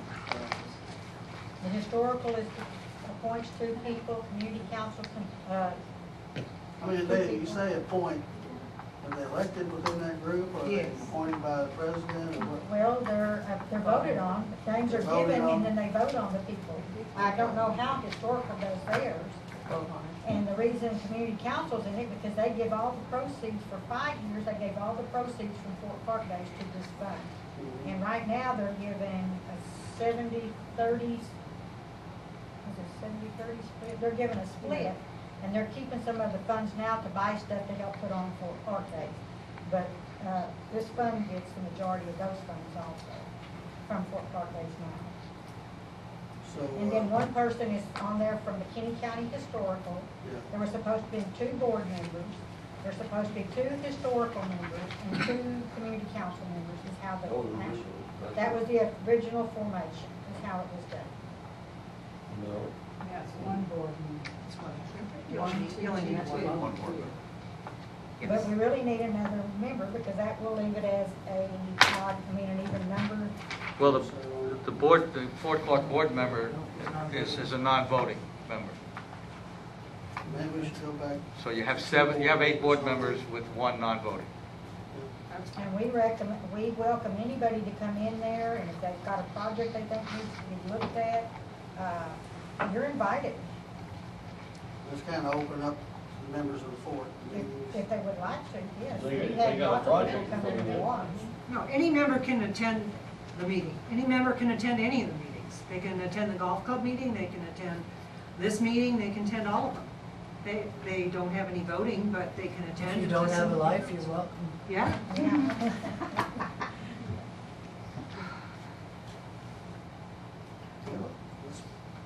All Call those, the in- question. all those in favor? Motion carries unanimously. Now we need to appoint a board member, maybe. Who's gonna do this? You're so concerned, why don't you go? If they have the meeting in the weekends or the afternoon, in the evenings. I'm sorry. Well, 3 o'clock on Wednesdays is difficult for me. I'm sorry. Okay, I have golf committee at 1 o'clock on the 2nd Wednesday in the month. I can attend that and then split to the preservation meeting. I might be a little bit late, members don't mind, and I don't mind volunteering for that job. Sometimes you can't go, you ask one of us. Yes, of course I would. Yes. Definitely available. So we need a motion to appoint Sandy. So moved. Ha! Second motion. Second motion. Motion is made and seconded. Any Call the discussion? question. All those in favor? She has a question. No, I said Say call call the the question. question. Oh, okay. Call the question. Okay. I volunteer, so yes, I'm in favor. All in favor? Yes. Voted, Sandy is, all in favor voted for Sandy. The next item is bylaws. We're almost after. What does that mean?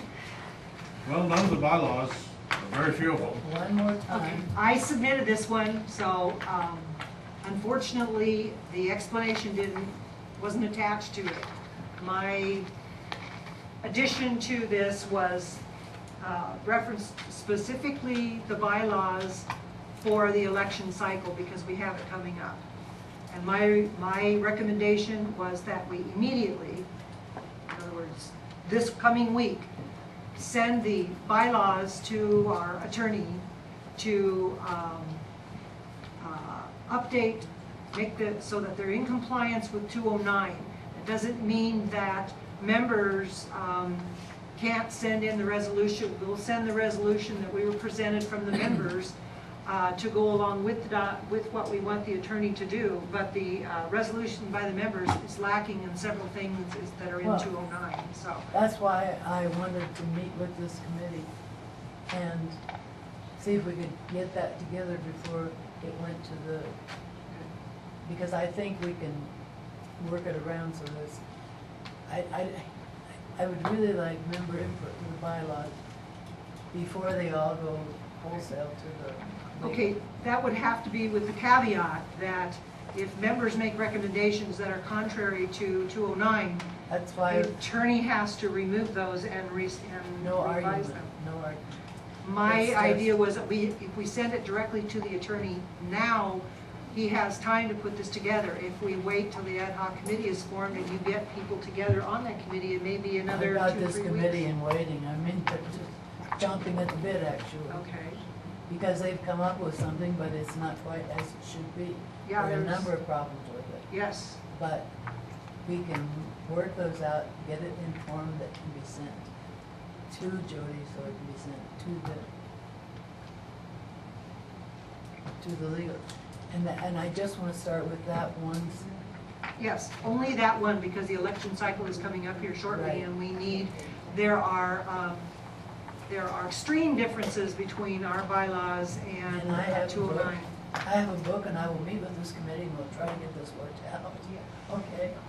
All right, well, that was I'm sorry that the explanation on there wasn't, it got lost in translation because it was sent that way, but that was my issue is For the elections only?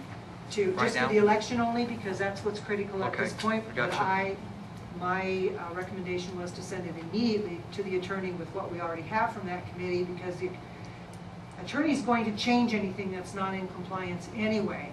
So it seemed to me that it would behoove us to do this first and then allow the members to change those things which are not mandatory, rather than the other way around. So I was doing it, trying to be expedient and get as fast a reply as possible on those items that are contrary to As the law. you know, the lawyers don't work that fast either. They've got to have billable Which is another reason that I thought we should get it to them as soon as possible. It doesn't mean that you can't follow up with documentation from I the wasn't members. planning on this taking weeks. I thought maybe we could do it this week. I mean, really, I do. I'm asking Dan, don't you think we could do this in a day or two? Like the lid Oh, closed? absolutely. It's Yes. just getting it in form to send to the law firm. Yep. I don't have a problem with that as long as there's no delay also, but with the realization that regardless of what the members put in there and how strongly they feel about it, anything that's not in compliance with 209 will have to be Why I'm changed. taking my. Yeah, book to the obviously, that people. has to be the case. And because of our bylaws originally state the election process has started September, correct? That's correct. Which is why we gotta get it done right So now. it's gotta be read twice before the membership prior to September 1st. I think it only has to be read once at the But I don't August think- meeting, then voted on at the September meeting. According to the bylaw changes that exist now, that's how it. So I We guess- could even have a special meeting to. That's what I was getting at. We'll probably have to have a special meeting to vote and approve it, possibly. What I was trying to avoid is the ad Well- hoc committee meeting for 2 weeks before we send it to the attorney. No, the ad hoc committee promised to just get it done this week, or we're gonna dissolve it and send it in. That's honest to God, I promise. So our motion is, My motion would be that once the ad hoc committee cleans up, or, excuse me, revises their resolution, that we send it immediately to our attorney Langley and Benak. Langley and Benak. I'm fine with that. Second. motion's been made and seconded. Any discussion? Seeing none, all those in favor? Motion carries unanimously. May I ask a question? Who's on this committee, or? Well, Dan is the one who, or, I don't know whether you organized it or whether you got stuck with presenting it, but Dan is the one who has worked with the people that, whoever this is. And I will work with whoever they come up with when we If you're gonna trust me, or? Well, No, I'm just listening, because I just want to know who's involved in these, just like Well, I think just- everybody does. yeah, you know, I don't know who will show up. The point is that Dan has already done some work on this, and I'd Yeah, like to work with I those see. people. I I don't have appreciate any that. problem with, I mean, more people could come if you want to name a time for the well, meeting. yeah, we could maybe ask one or two more, maybe Carolyn, would you? The problem here is we didn't create anybody on the executive committee to the point of ad hoc committee. And we talked about that earlier. Well, we could just pick Dan. I'm still trying We to. have to do something right now to officially appoint somebody to do something. Okay, well, do we want one or two? I mean, I have no problem making the motion that Myrna head the committee. Do we need 2 board members on it? I mean, I think we need somebody who can be there during the week. Actually, this is Dan heading the committee because Dan's the one that brought it to us. Well, no, I mean for the executive committee. Oh, and that, I Well, thought we we- were done with that. No, we agreed on an executive committee, but we need to know who's going to be on the executive committee. And we could merely appoint one ad hoc committee right now to work on the bylaws without doing anything else. I've been working on Okay, that. as long as there's a board member involved. I'm here. Okay. Volunteer. Myrna, are you volunteering? Meetings, man. Because no, I know nobody asked you before they put your name down. Are you volunteering? I'll volunteer, I don't mind it, but I mean, this board meeting's lasting longer than I most agree, I'm ad hoc starving. meetings. I'm gonna faint in about 2 Or we minutes. could come back later. Want to recess for lunch and come back? No, no. How about just a little recess? Okay, let's finish this item first. Why don't you appoint the ad hoc committee to look at the election portion of the bylaws and prepare it to go immediately to your law firm, and that committee would consist of myself, Dan Sullivan, and Carolyn O'Block, and be overseen by Myrna Castle from the board as a part of it. She can't be a voting member of the committee. I believe your bylaws prevent any sitting board member to be a voting member of any committee. But, you know, it's, to start with, you don't have to worry. That isn't something that we're changing. It would be something we would be suggesting and sending to the attorneys, who of course are going to send it back to the board. So there's a lot of checks and balances built in inherently in it. Well, At this point in time, we need to appoint, I nominate Myrna Castle to the executive committee for the purpose of designating ad hoc committees. I accept.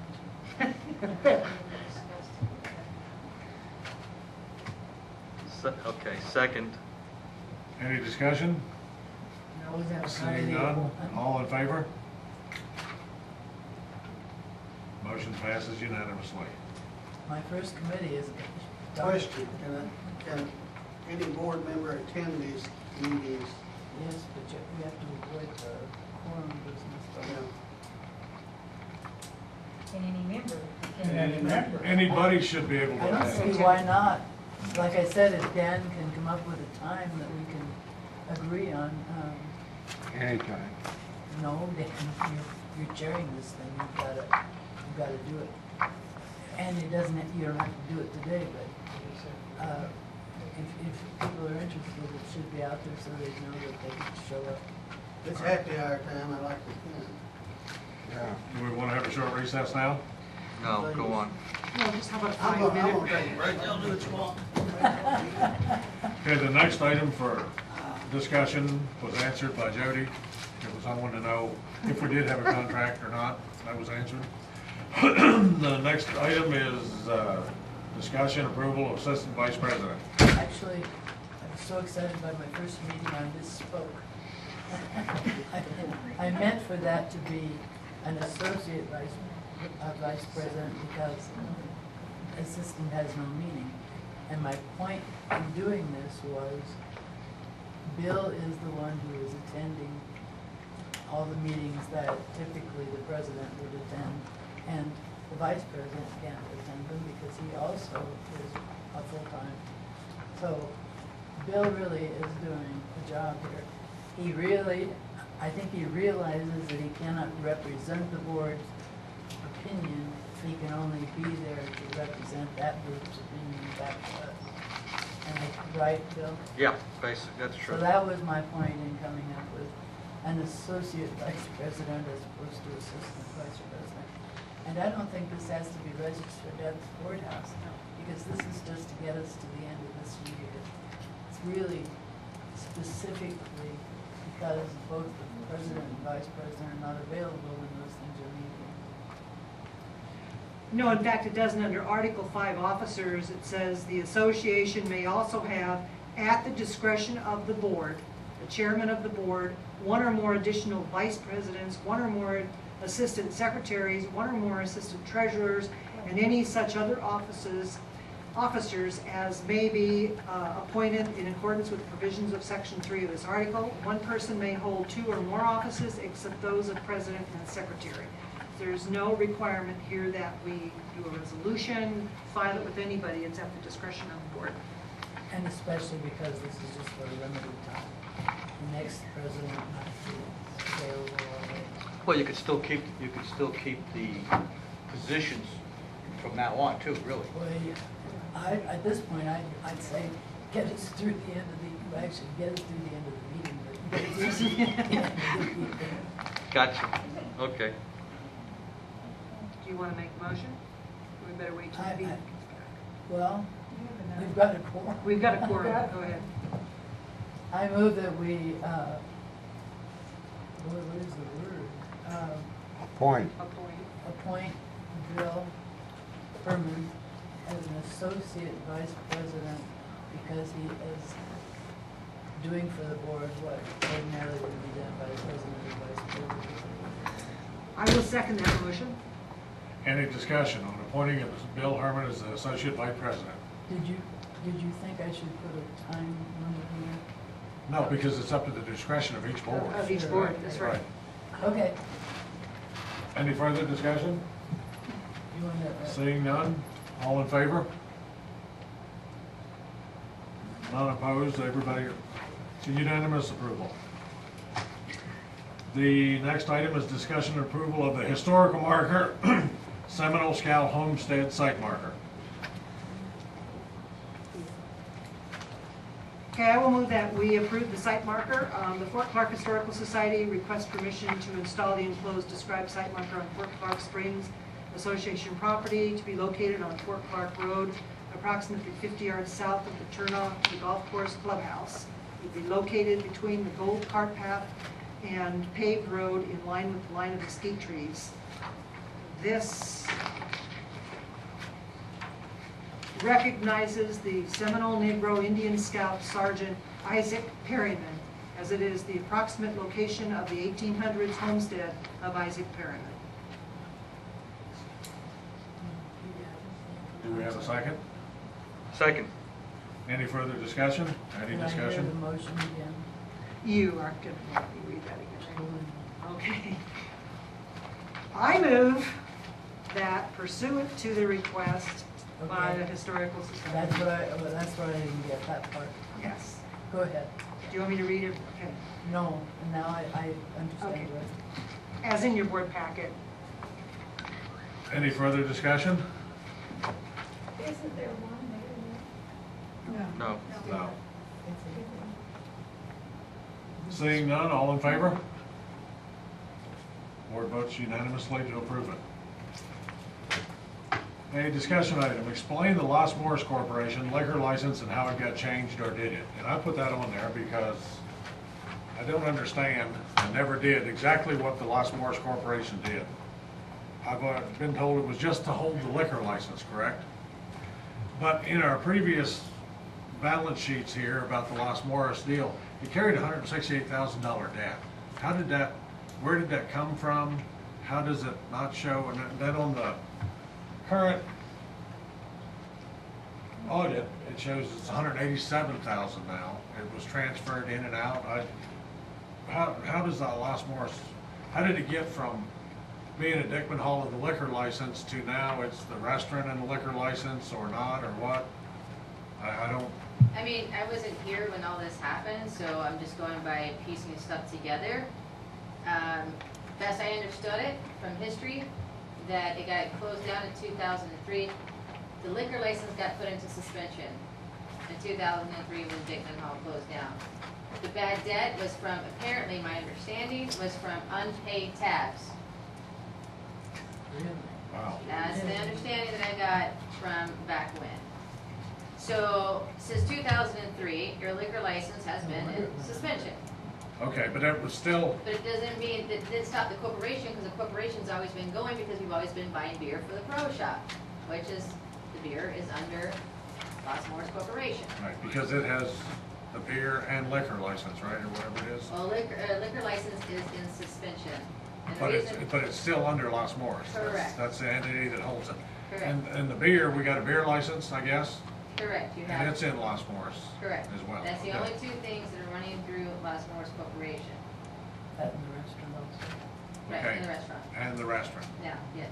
So did we have to do any legal financial stuff to add the restaurant to it or not? No, not according to our auditing firm that came in and audited the account. Because now we have, on the budget, not budget, the audit, it shows under a column under eliminations, and I assume that's where they take it. They have money they have to do something with, and they can't just ignore it, or they have to put it somewhere. But there's 187,000, and then 179,000 is investment subsidiary. The 187,000 is due Fort Clark Springs Association, and it's transferred back and forth in and out of Los Morris Corporation. How?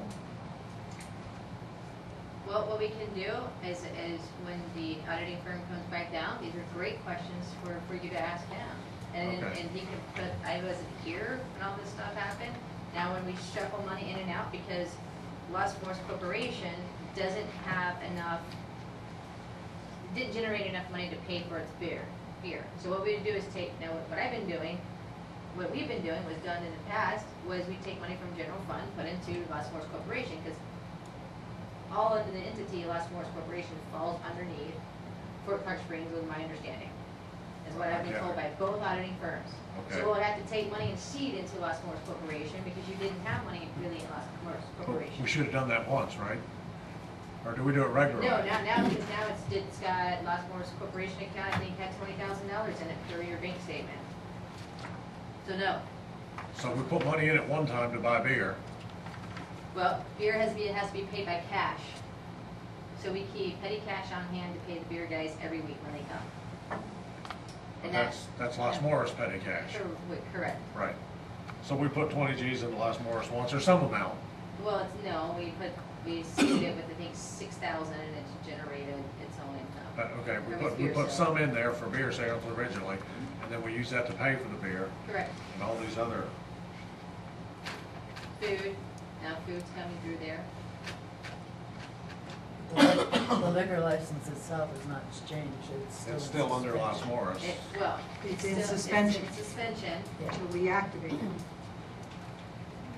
Which we wanted to do, but the budget didn't permit us to spend the money, spend the money on the restrooms.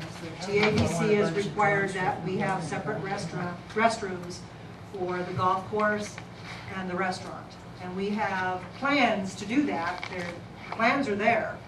The construction plans are there, but the money is not there right now, so it has not been done. On the Los Morris Corporation, because it's a corporation like Fort Clark Springs Incorporated, right? Yes.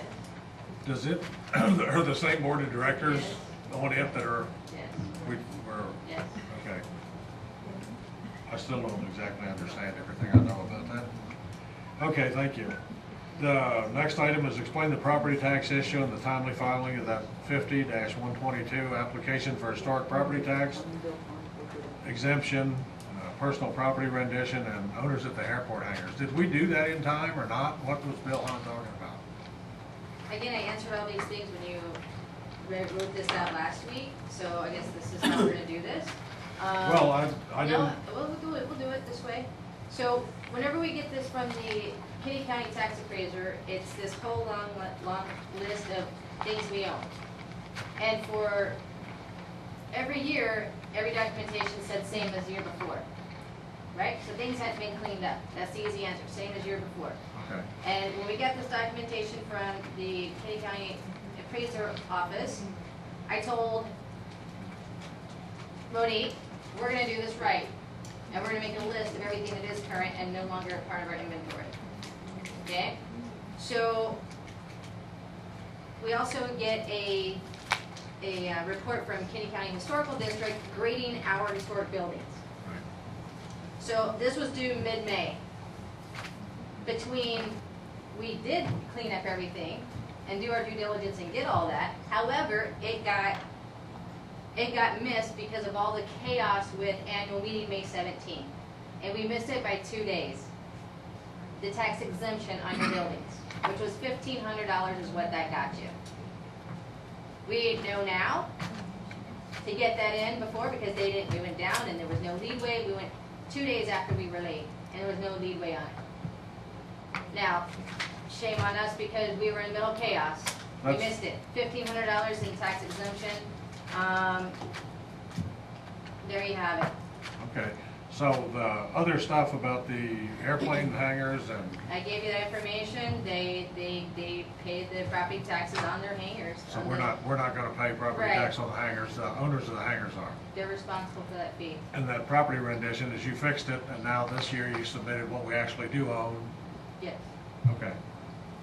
And we missed the other date, but that's the way it is. Okay, we I have, have a question. Doesn't the board establish the price and how much to rent the hangars for? We paid for the mowing and everything. I do, and I don't own an airplane. But you got people down there that got airplanes that I understand only pay $5, $10, $20 a month. 25, isn't it? It's 25. You pay the property taxes too, and the insurance. And that doesn't even pay in for the mowing. Why don't they pay for their own mowing? Yeah. We have yet to discuss, that's been brought up, Jody brought that up a time or two, and we just refused to address it for whatever reason. It sounds like every board that's been in here for the last 20 years has sidestepped it. We need a new contract made up is what we need to do. Fine. Let's plan on putting that on. Once you have With- a head- With some real numbers on it, you know. And we did clean some stuff up. We sent out letters and we got all the unauthorized airplanes are now moved out of the airport. The biggest fuss now is how were you guys going to charge the airport members? So we Right, did what- our part to clean everything up and got 2 or 3 months ago you did that? back in January. Okay, Yeah. so even longer than that, yeah, because there was a lot of people had storage out there that weren't airplanes, or there was problems that were addressed, but the board hasn't went forward on the rest of their. No, what we need to go forward on are fees to charge. It's a the contract, airport, a new yes. contract. A new contract and some way to get more money out of 1, 2, basically 3 people out there now. So, we're never gonna get the money to cover it with 3 people out there. So, we have to decide whether we wanna maintain airport privileges or charge a whole lot more to try and recoup some of the expense. And this It is would be something. cheaper to close it. Close the airport. So, I mean, this is something we're gonna. Close the this golf is- course too, but I don't think that's a good idea. No. And we need to maybe drum up more business, but it's something that we didn't just forget about it. Jody did what we asked her to do and get this other information from the airport people. But we need to bring them in and talk to them about what they want to do and what they expect from us as far as funding this airport. So this is something that we still need to address. We didn't really kick the can down the road so much as just not bring it up and seeing that we only have 3 people out there now. It cost us how much? Approximately $13,000 a year to maintain that? $7,000 a year. So 3 people. We're gonna have a serious discussion with the airport, with the people who are out there in airplanes. If we close the airport, will our taxes go down a whole lot? I don't know. I doubt it because we'd have to redo it. We'd have to take the airport status away from it somehow and replat it as something else. I think as long as it was platted as an airport. Turn it to Greenland. Yeah. Right, we'd have to redo the plat on it probably to something else. The next thing is lack of people answering phone calls and calls returned, and I've heard several people say it. I mean, I don't know, I've never called the fort, I don't think. If I did call one time maybe, and I got Jody, but I called her cell phone, I think. But anyway, this was in the U-Valley paper. City Hall is back online. They started an automated answering phone system here a while back. And the short of it is, our city fathers have come to the realization that it's far better for the tax-paying public to talk to people at once before the constituents have a chance to wind themselves up with button pushing. Because they had put everybody, you didn't get to talk to anybody. You had to go through the automated answering system and leave a message for this, or push 1 for that, or push 2 for something else, push 3 if you're going to speak in English. And it got, the people in Uvalde got hot about it. Generally, most people call the office probably because they're upset. The more time you call them and don't get somebody, or have to leave a message, the more upset you get. So I think we need to make a diligent effort to have a real person answer the phone every time somebody calls. That's probably not possible 100% of the time. We do, we don't have an automated system. No, we don't have an automated system. We have 3 people on Mondays and Fridays answering phones, and we have 2 Tuesday through Thursday who constantly answer phones. Constantly answer phones. We have to. And no, we don't. There's Miss Sullivan right there. I called for 2 hours for David Box. Did you call directly to him? I called into the office. And did they transfer you to him? Nobody answered the phone for 2 hours, from 10 in the morning to 12 o'clock at noon. I don't know. Somebody answered.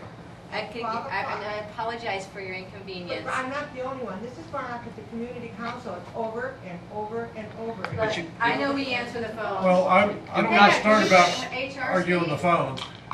We just need to make a concerted effort. We do make a There was a period of time when Can we I had say phone something? problems. Okay, when I started, I worked in collections, but there were several times that I would go and man the front desk. Okay, we have several calls that will come in, like 3 or 4 at a time, and when you only have 2 people answering the phone. 2 hours. I understand that, but there are times people are requesting information that we have to look up on the computers, or we have to find out the answer to the question. It's not something we can do easily with a snap of our finger. I'm not the only one.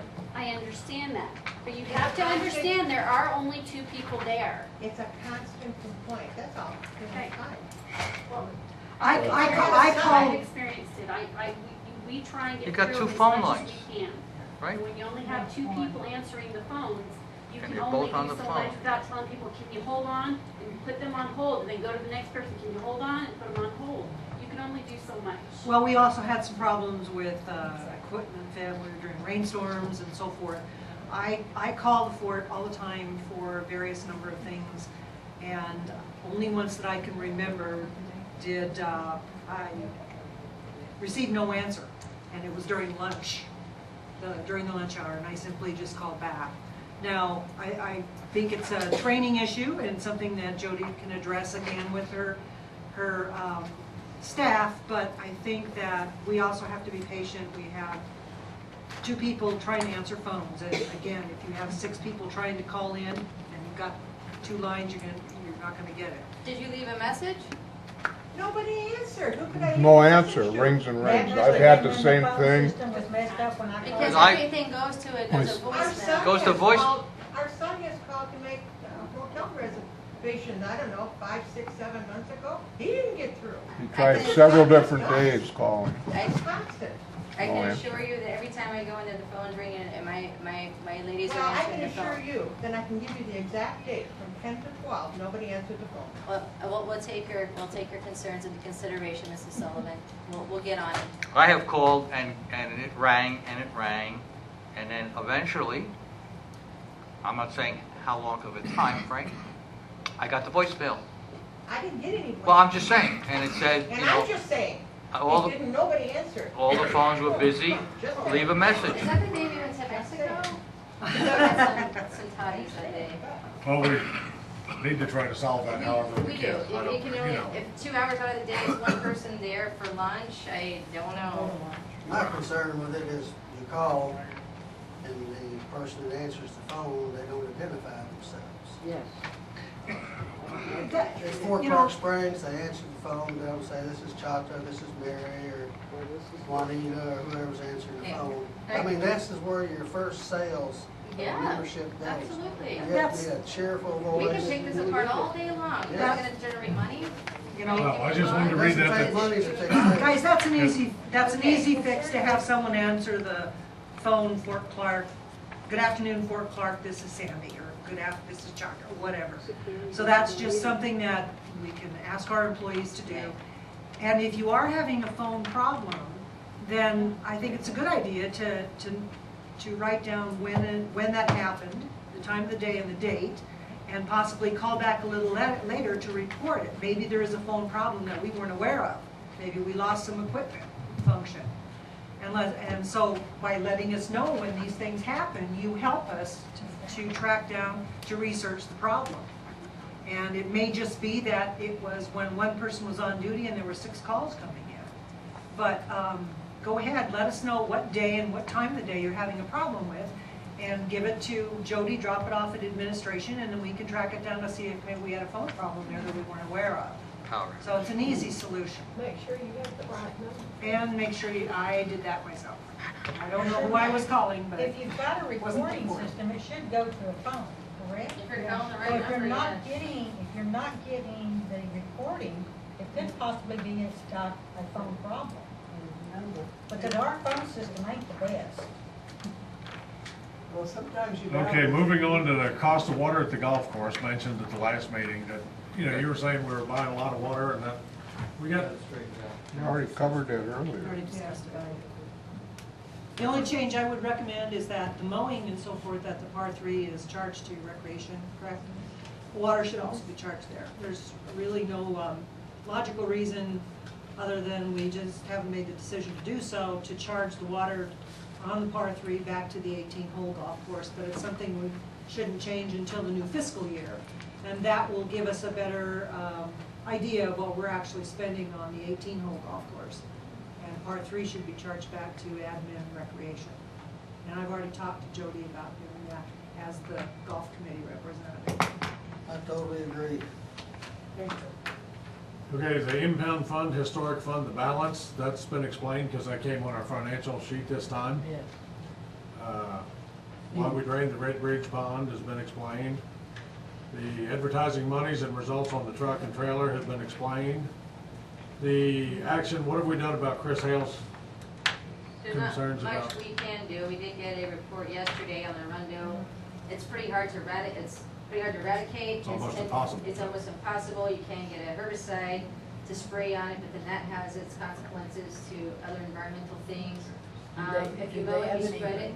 Excuse me, did they have any recommendation on, I mean, I have a whole packet over that we picked up yesterday from the Ag Extension Department, and you guys, we made a copy for everybody, and there's not much you can do. The only place we have identified it is in the channel up here, coming off of that walking red and white bridge. There's a rodent you can put in there that eats it. But it basically. then you got a rodent problem. Yeah. What else does it eat? So there's some things for you guys to look over. Mowing is not the answer to it either. So, but it's kind of the same thing the lily pads are doing to the creek as well. So I'll have that information to you when we go to the next session. I guess the other thing you can try to do is contain it, let it get farther away. Yeah, because I noticed in Del Rio along the golf course, they spent a lot of time and effort, very dirty work, cutting all that stuff out of Well, it. right, And it's cutting it. back. Yeah, you can't, it's difficult to kill it. Did you talk to the Oasis River Authority? We haven't yet. I mean, there's been a lot of things happening. Right, there's, Right. we can't drop the Ford business and go to killing cane right now. Sure. But we ought to try to figure out how, when we do get time, how we would kill it. Because it is a problem in Del Rio. We're having a lot of trouble up and down with the banks. You skipped number 25. Number 25. Why do we have an email provider? Why did we decide to have, what was the reason for having the email provider? Well, I like that we go backwards because we explained this a year ago, but for those who don't remember, when Camille used to do email newsletter, she was having to take her 4 hours to actually cut and paste all of these emails into our system, our WorkDaddy email provider, and also create the template and how everything flowed. Constant Contact specializes in e-newsletters, and they hold all, you dump your stuff in once, or you add new emails into it, and their sole purpose is to create basic templates to make it so much easier for you to get your messages out. It's $30 a month. So you send your information to them and then they put it in? No.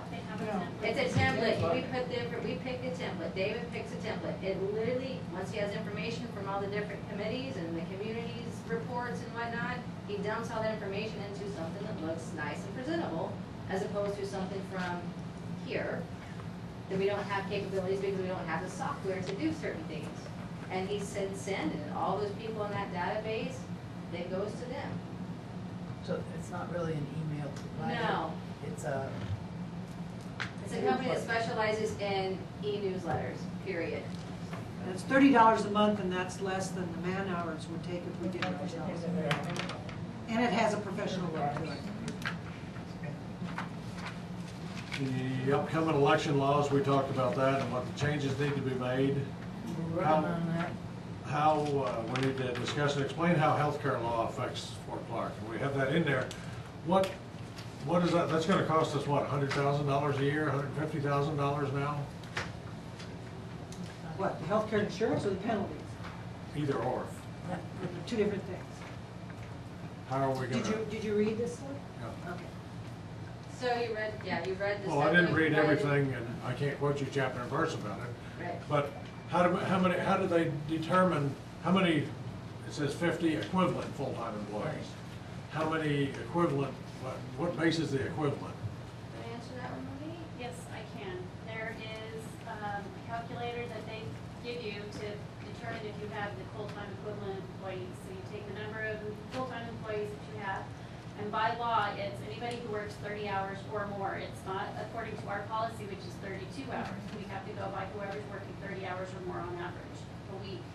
And then you take all of your non-part-time, non-full-time employees.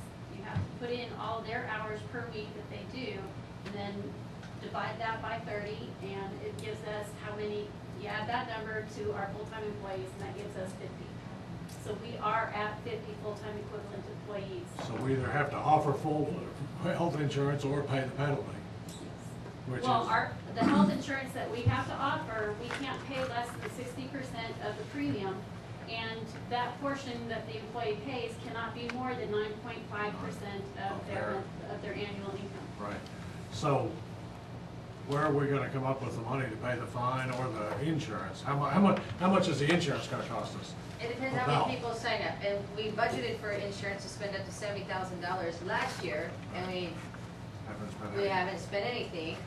So it depends upon how many people want to sign up. We offer it, okay? So if you go ahead and move forward, and we say we are gonna offer health insurance, who wants to sign up for this? This is how much it's gonna be based upon the math here. The more people that sign up for it, the better rate they're gonna get, okay? So I think our last figures were 19 people, because we brought everybody in, we brought the insurance company down, we got quotes, and so at that point in time, 19 people. So it'd be 19 people that roughly their monthly bill would be $364. We pay 60% of that. That would leave them with roughly $170 to $80 that would come out of their paychecks. So once we go forward with this, there might be more people that drop off because they don't want to miss $100 and some odd dollars out of their paychecks. You're in the clear because we offered the health insurance. Now the other part of that is, come January 2015, you have to have health insurance. Now are they going to pay the $180 it costs them a month under the employee ran insurance, or they're going to go out and get some other type of supplemental insurance on their own? So, assuming 20 people. Roughly, if we pay, let's say 20 people signed up for health insurance, where we're lucky right now, a lot of your people who work here are married and fall under their husband's health insurance because it's better. So based on those numbers and doing the math, you're looking, let's say if 19 people signed up for it tomorrow, we're looking at roughly $75,000 would be paid. And it's you pay your monthly, your premiums. So supplying health insurance to our employees is gonna cost us 70 plus a year, probably. Well, just like anything, if you have health insurance and or car insurance, Then I can get to the following year, we're gonna go up to how many people they're claiming and what type of health, medical conditions our people have. Right, so we're looking at around 70,000. We have to budget next year for health insurance and have to offer it. If we Yeah. don't, it's gonna cost us over 100,000 They pay to pay the penalties. Correct. And how soon do we have to do, we have it for January. January 1st of this coming year is when we have I to do think it. it's We can address it in this high year's time budget. that we do it, This fall. you know. This needs to be done, it should never have been taken away in the first place. No, we just gotta figure out where we're gonna get the 70,000 from. Well, I thought we already had budgeted that. Well, but we're also losing money and we haven't spent that yet too. I mean, yeah, we have to, Not arguing that. It's something we're gonna have to budget for this Right. fall when we do the budget. okay, we have a 15-minute member discussion period. I think I had 2 people sign up and one's already gone. They both might be gone. Art and John Roseski, they're both gone. Well, we're gonna have, what is the foreclosures in here? Why do we have to discuss those in executive session? Oh my gosh, because it's I a think private there's matter. Yeah, It's in I the wouldn't law. want my foreclosure discussed in front of the membership. It's against the law to do that in open session, and you guys have to decide what you want to start the bid at. Okay, these are properties that some individual owns right now. John Smith owns this one here. And we're gonna go foreclose on them at the courthouse. That's confidential. Confidential. Well, we filed liens and all that, so that's I public guess we're information. all out of here. That's not at this point. Oh, okay. Okay, so I guess we head off to executive session for foreclosures. And personnel issues. Are you adjourning the meeting? Yeah, we need to adjourn the meeting at, what is it, 1:37 to go to executive session.